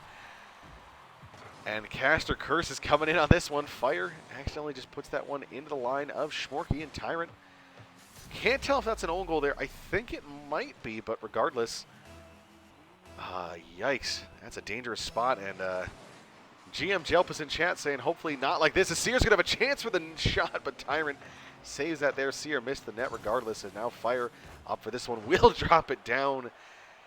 And oh boy, that got dangerous there for the Victory, but they're able to come away with it. Take a look at this one. 9 shots on goal for Tyrant, 11 as a team. So Tyrant going in on offense there, puts up the same number of shots as the entire Barons roster. And Schmorky trying to carry this team across the line. Almost got that one there, but was unable to find a third one there. 2 goals, 2 saves, 5 shots for him. And the final score, 3-2 in favor of the Victory. So guaranteed at least a 4th game now. I have to see what happens here. Tyrant takes the MVP. Everyone on the Victory scoring 4 saves for Fire there. 6 saves as a team. 6 actually for both sides there. So both teams playing some strong defense. The offense out of Tyrant making those plays happen. Just the little deciding factor in a game that got a little hairy at the end for the Victory. As now game number 3. Looking for opportunities here. Both teams like to start off this game with the opening goal here. I think the Burgundy Victory probably have a little bit more of that momentum. It got dangerous there at the end, but I think they've might have finally settled into their groove and see that they can score some goals. They can play some strong offense. That's a dangerous touch there by Fire. Schmorky with that one back out towards mid. Tyrant shot there. Sear trying to chase that one down. Playing a little bit of that monkey mode, but I mean, if it works for your team, it does. It works then. Nothing against it. As Tyrant shot low there. Pass towards Fire. Great opportunity there, but that one's saved by Schmorky on the goal line. Now Dinger goes up to try to follow this one. Fire. Pass off the backboard. Tyrant should have a chance for the drop down. Schmorky. Another save there. Fire trying to interfere. That's a pass by Dinger. Tyrant with the shot. Sear with the save. Opportunities here, but the Minnetonka Barons for it now are able to hold on. That one's near post. Fire can't get the shot. Fraud backwards on this one, but gets the 50. That's all he needed to do. Executes well. That gets sent back the other way. Tyrant trying to interfere. Schmorky pass out mid-fire with the save just barely there. Almost getting bumped out of the way. Now Schmorky trying to put a shot from a nasty angle, but can't quite get it to go. Now Fraud. Solo in here low. Going to take that one front post. Fire. Good save there. Dinger trying to carry this one away. Now out towards mid. Chance here. There's going to be a shot attempt there. Fire gets the save. Just barely. Teams exchanging bits of offensive pressure here. Nobody having the clear momentum so far, as Tyrant couldn't quite get in front of that one for a shot. Sear now. Chance for him here, but that one's too high. Just trying to see who can find the opening here, who can make the offense happen. Now Schmorky wins a 50 there, back towards Dinger. Trying to carry this one sidewall. It's out towards mid. Chance here. Dinger shot there. That was banging into the far side off the post and in. Sear makes it 1-0. Barons, great start to this one. As Fraud just pressures up on this one, Sear gets that pinch there, and that's sometimes how it goes. You just get one of those nice, fortunate pinches. Takes a nice ricochet off the post. drops home and makes it 2-1 there. As now we take a look at this one. Tyrant trying to carry this one downfield, booms it forward. Taking that one off the sidewall. Opportunities here, Dinger. He'll put this one off sidewall once again. Schmorky downfield. Dinger 50 at the midfield line. Fraud sends it downfield. Now Dinger back there once again. Big key here for the victory. Now just try to find ways to make this offense happen. Don't get too stressed yet. You still have over half the game to work with here. But you need to find some offense soon. Love to see you put up a couple early on rather than later as Tyrant pass out towards mid. Looking for fire. That's a shot there. That's a little bit too wide. As now, Seer will carry this one forward. Tyrant sends it downfield. Dinger's there as well. Dinger trying to make something happen here. Looking for a pass out mid. Had Tyrant now as he gets demoed. Fire going to win that 50 out towards mid. Chances here, but nobody there on the offense. Now Tyrant dives in on that one. As we'll see, the clock keeps ticking. Thing I always like to mention is that you don't really want to take that time for granted. You've got still minute 50, but blink of an eye, it'll be 0 seconds. You'll be still losing in this game unless you make something happen here on the offensive half. Tyrant chance out mid. Dinger puts the shot in there. Schmorky can't return, and that's a great play there. Finally see some offense break out here. Tyrant just bangs that one downfield. Schmorky has to rotate back. Dinger, dangerous spot, but Schmorky's able to put it away. Or Schmorky's unable to prevent that shot from being put away. Excuse me. A little bit of a scatterbrain on the evening. It's now Fire, shot in from range. Fraud, top shelf there, gets the save. Find our team's tied at 1 as there's a chance here for Dinger, but that's a great save by Seer. Now Tyrant comes back. Looking to try to save this one out and away. Fire taps that one forward. That's not a great touch there, but fortunately it's cleared a little bit too high as now Fraud has Seer right behind him. Fraud trying to go for the flick. Dinger's going to win that 50. That's going downfield. It's just off there. Saved out and away by Seer. Now Fraud will drop this one out towards mid. Bang that one downfield. Fire follow-up. A dangerous spot here. Going for that team pitch now out towards mid. Tyrant shot there. Actually going to put that one backboard. Thought about the double. Couldn't quite get there. I think he's low. Actually, got a 30 boost. Would have had enough, but decides against that play. Dinger has this one wrap out and around. Tyrant.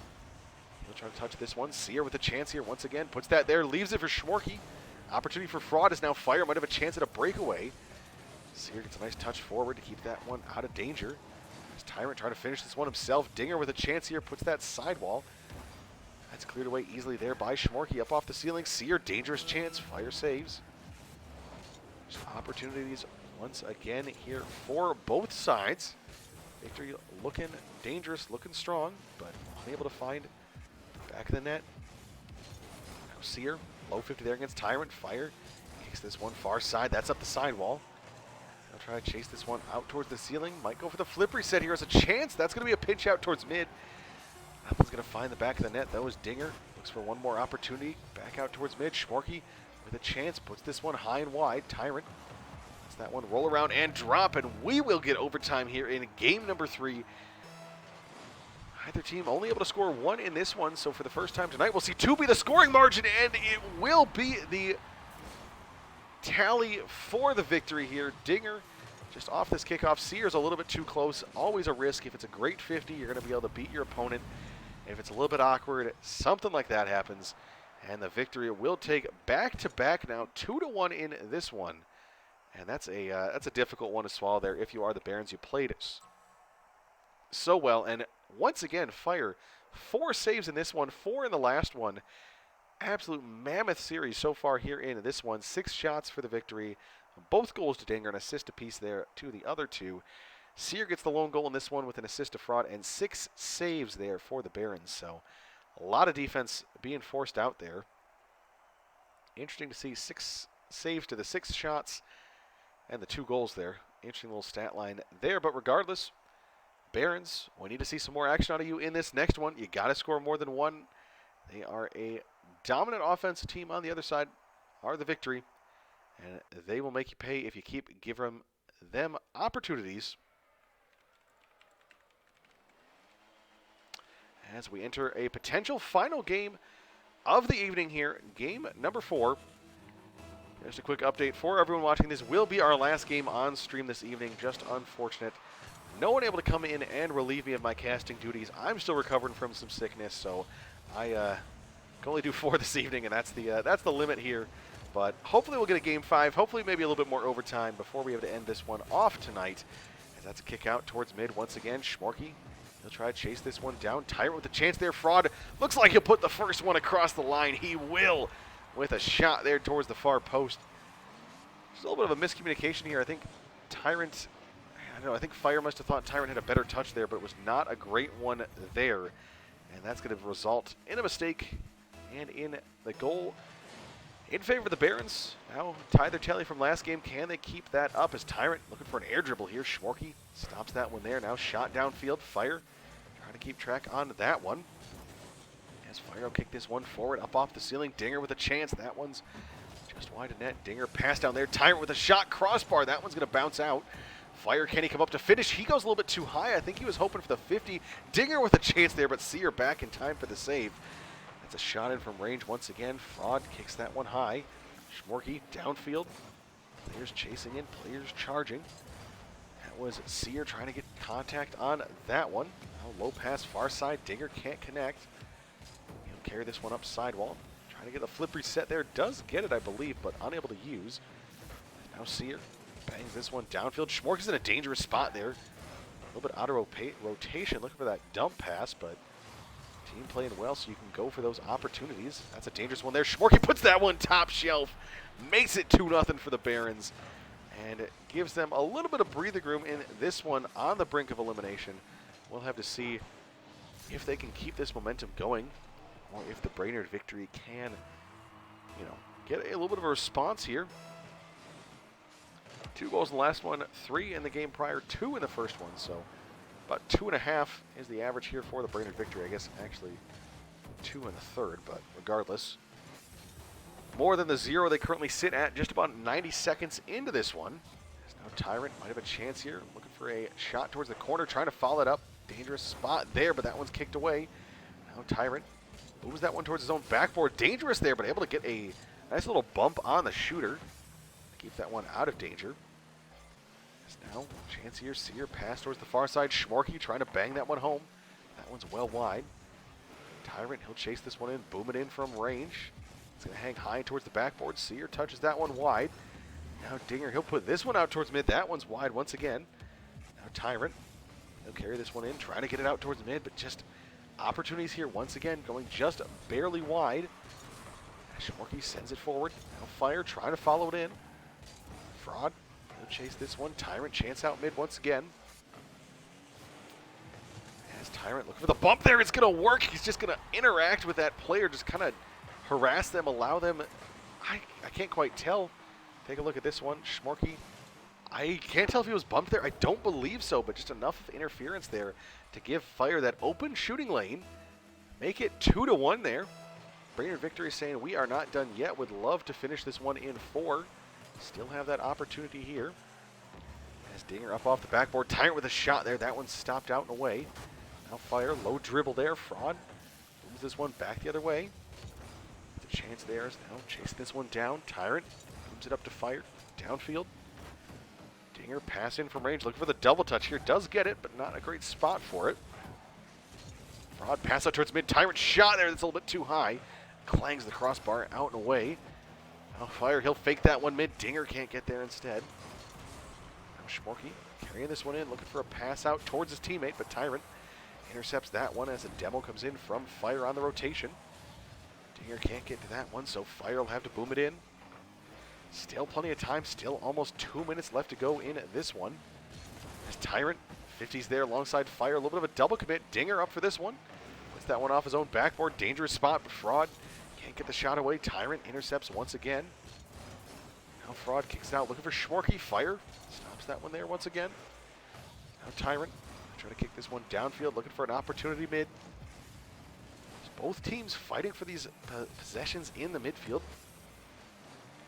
So far, Barons able to hold on to their lead they amassed early, put up 2 in the first 90 seconds.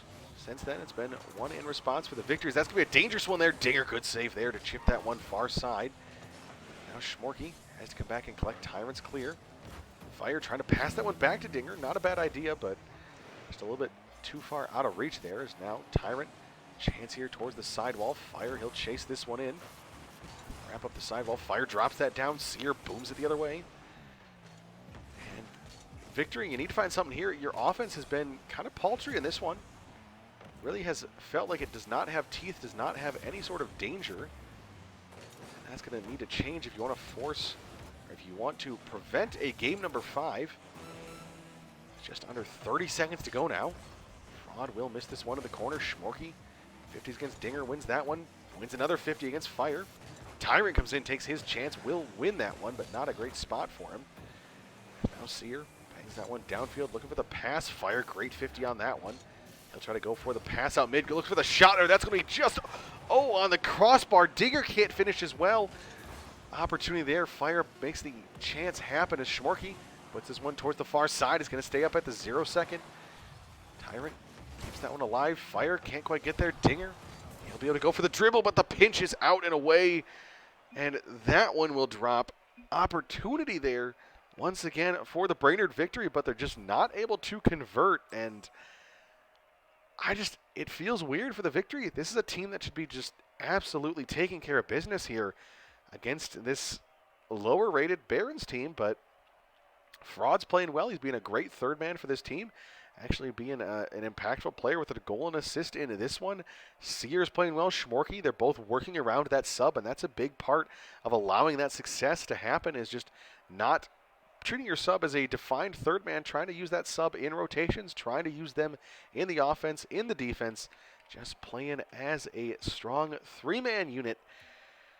And game number 5 here in our 4th and final series of the evening. Nothing more you could ask for. Maybe a bit of overtime here if we get lucky. That's about the only other thing you could ask for. As now, last game on the cards here for these teams. Looking to see if they get the victory here. As now Schmorky, he'll start it off here. Captain of this Barons roster. Playing with one of his subs as Fraud's going to drive that home. The sub making it happen here. Less than 10 seconds in. And the Barons have struck first, and it's honestly a great start because the Brainerd Victory, they haven't been able to score a ton. They've been able to get some across the line, but not many. And, it's 2 might be the magic number in this one. We'll have to see if that is true or not, but so far this evening it looks to be the case between these 2 rosters.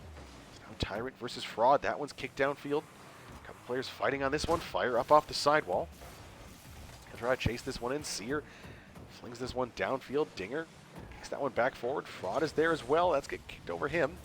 Now Tyrant, he'll boom this one up off the ceiling. Fire up off the backboard. Schmorky there as well. That's off sidewall. Now back towards the defensive zone. That's an opportunity here. Fraud trying to kick that one down towards mid. Almost a rule 1. We haven't seen any of those yet tonight or on the season, at least in my experience. As now Schmorky dives in there once again. Take this one sidewall, try to pass it out towards mid. Seer with a chance there. Shot is a little slow. That's handled by Fire as he tries to get a little cheeky there, but Schmorky has to come back and collect that one at the midfield line. Gets a demo on his way back in as well, just not really looking at that one, but just able to drive into that player. Now Fire, he'll bang this one back forward. Schmorky booms this one back towards the backboard. Might try to follow it up himself. Tyrant is there first, so no chance at that follow-up. But now Fraud, he'll put this one in from range up off the sidewall. Schmorky out towards mid. Chance here once again. But Seer, Schmorky, and Fraud able to hold on to this lead for now. 90 seconds into this one. It's about the margin where we saw the Victory try to turn it on in the last game there. As Schmorky drops this one down, carries it one a little bit forward. Seer with a chance for the shot. That's 50 there by Tyrant. Now Fraud, he's up for this one. That's a little too high. Just now, Tyrant for the air dribble here, but Schmorky intercepts well in front of his own box. Nothing too dangerous there once again. GM Jelp in chat once again saying he's not too worried about this game. Hopefully has faith in his team to be able to come back in this one and find a way to win this one in game number 5 as Dinger booms this one towards the backboard. Chance there. Seer clears once again. And I've been talking about it all series. Time is on your side, but only for so long. Don't want to count on having that time late in these games.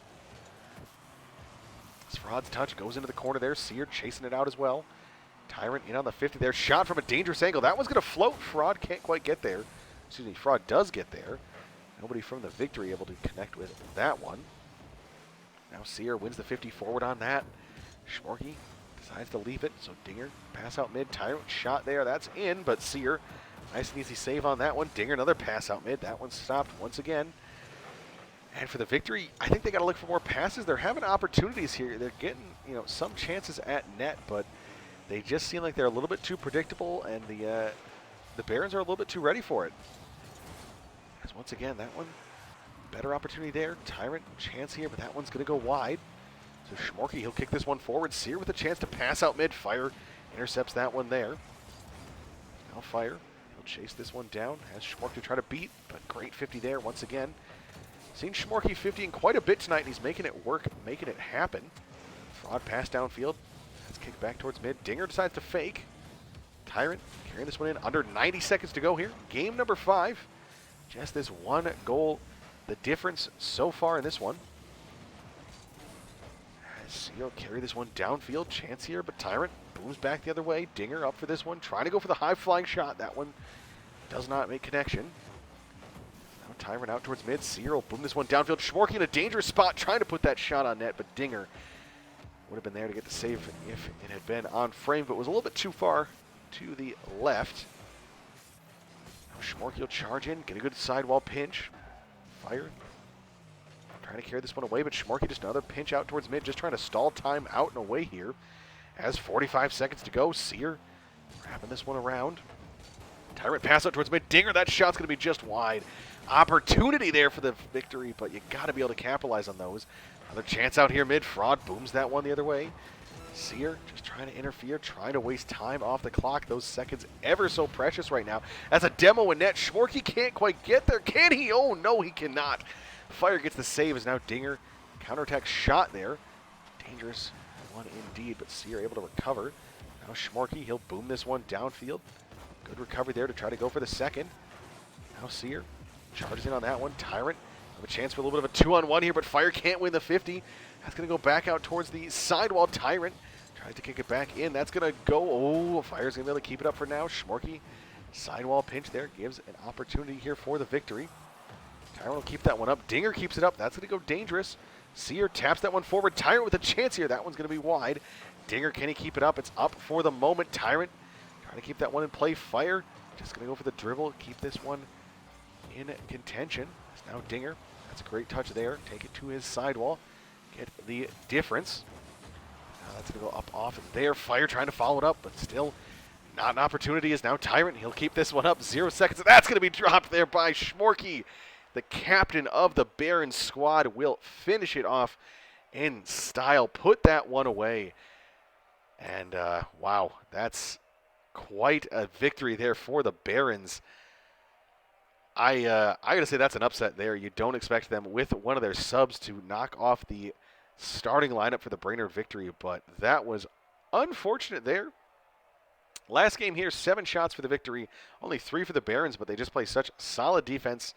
5 saves, the lone goal to Fraud with an assist to Schmorky. And that is just how the cookie crumbles here. As now we take a look at this one. And the next matchup here will be the Duluth Superiors and Minneapolis Miracles. And then there's the Senators and the Rangers. But unfortunately, that is it for the stream tonight. As we are going to wrap it up here. Just a lack of people available this evening, but it was a great night while it lasted. A couple of 5-game series, actually 3 of them. So that was great to see there as Maulers take that one 3-2 to start off the evening over the Rhythm. Hand them their first loss of the year. Atlas take a clean 3-0 over the Lumberjacks. Inferno 3-2 over the Flyers. And most recently, Barons 3-2 over the Victory. Thank you everyone for joining us. I appreciate you stopping by. It's been a pleasure. Freight Cabbage here. Dr. Civ was joining me earlier. I hope you enjoyed it this evening, and we hope we see you here next week once again. Actually, tomorrow night for Challenger Week number 5.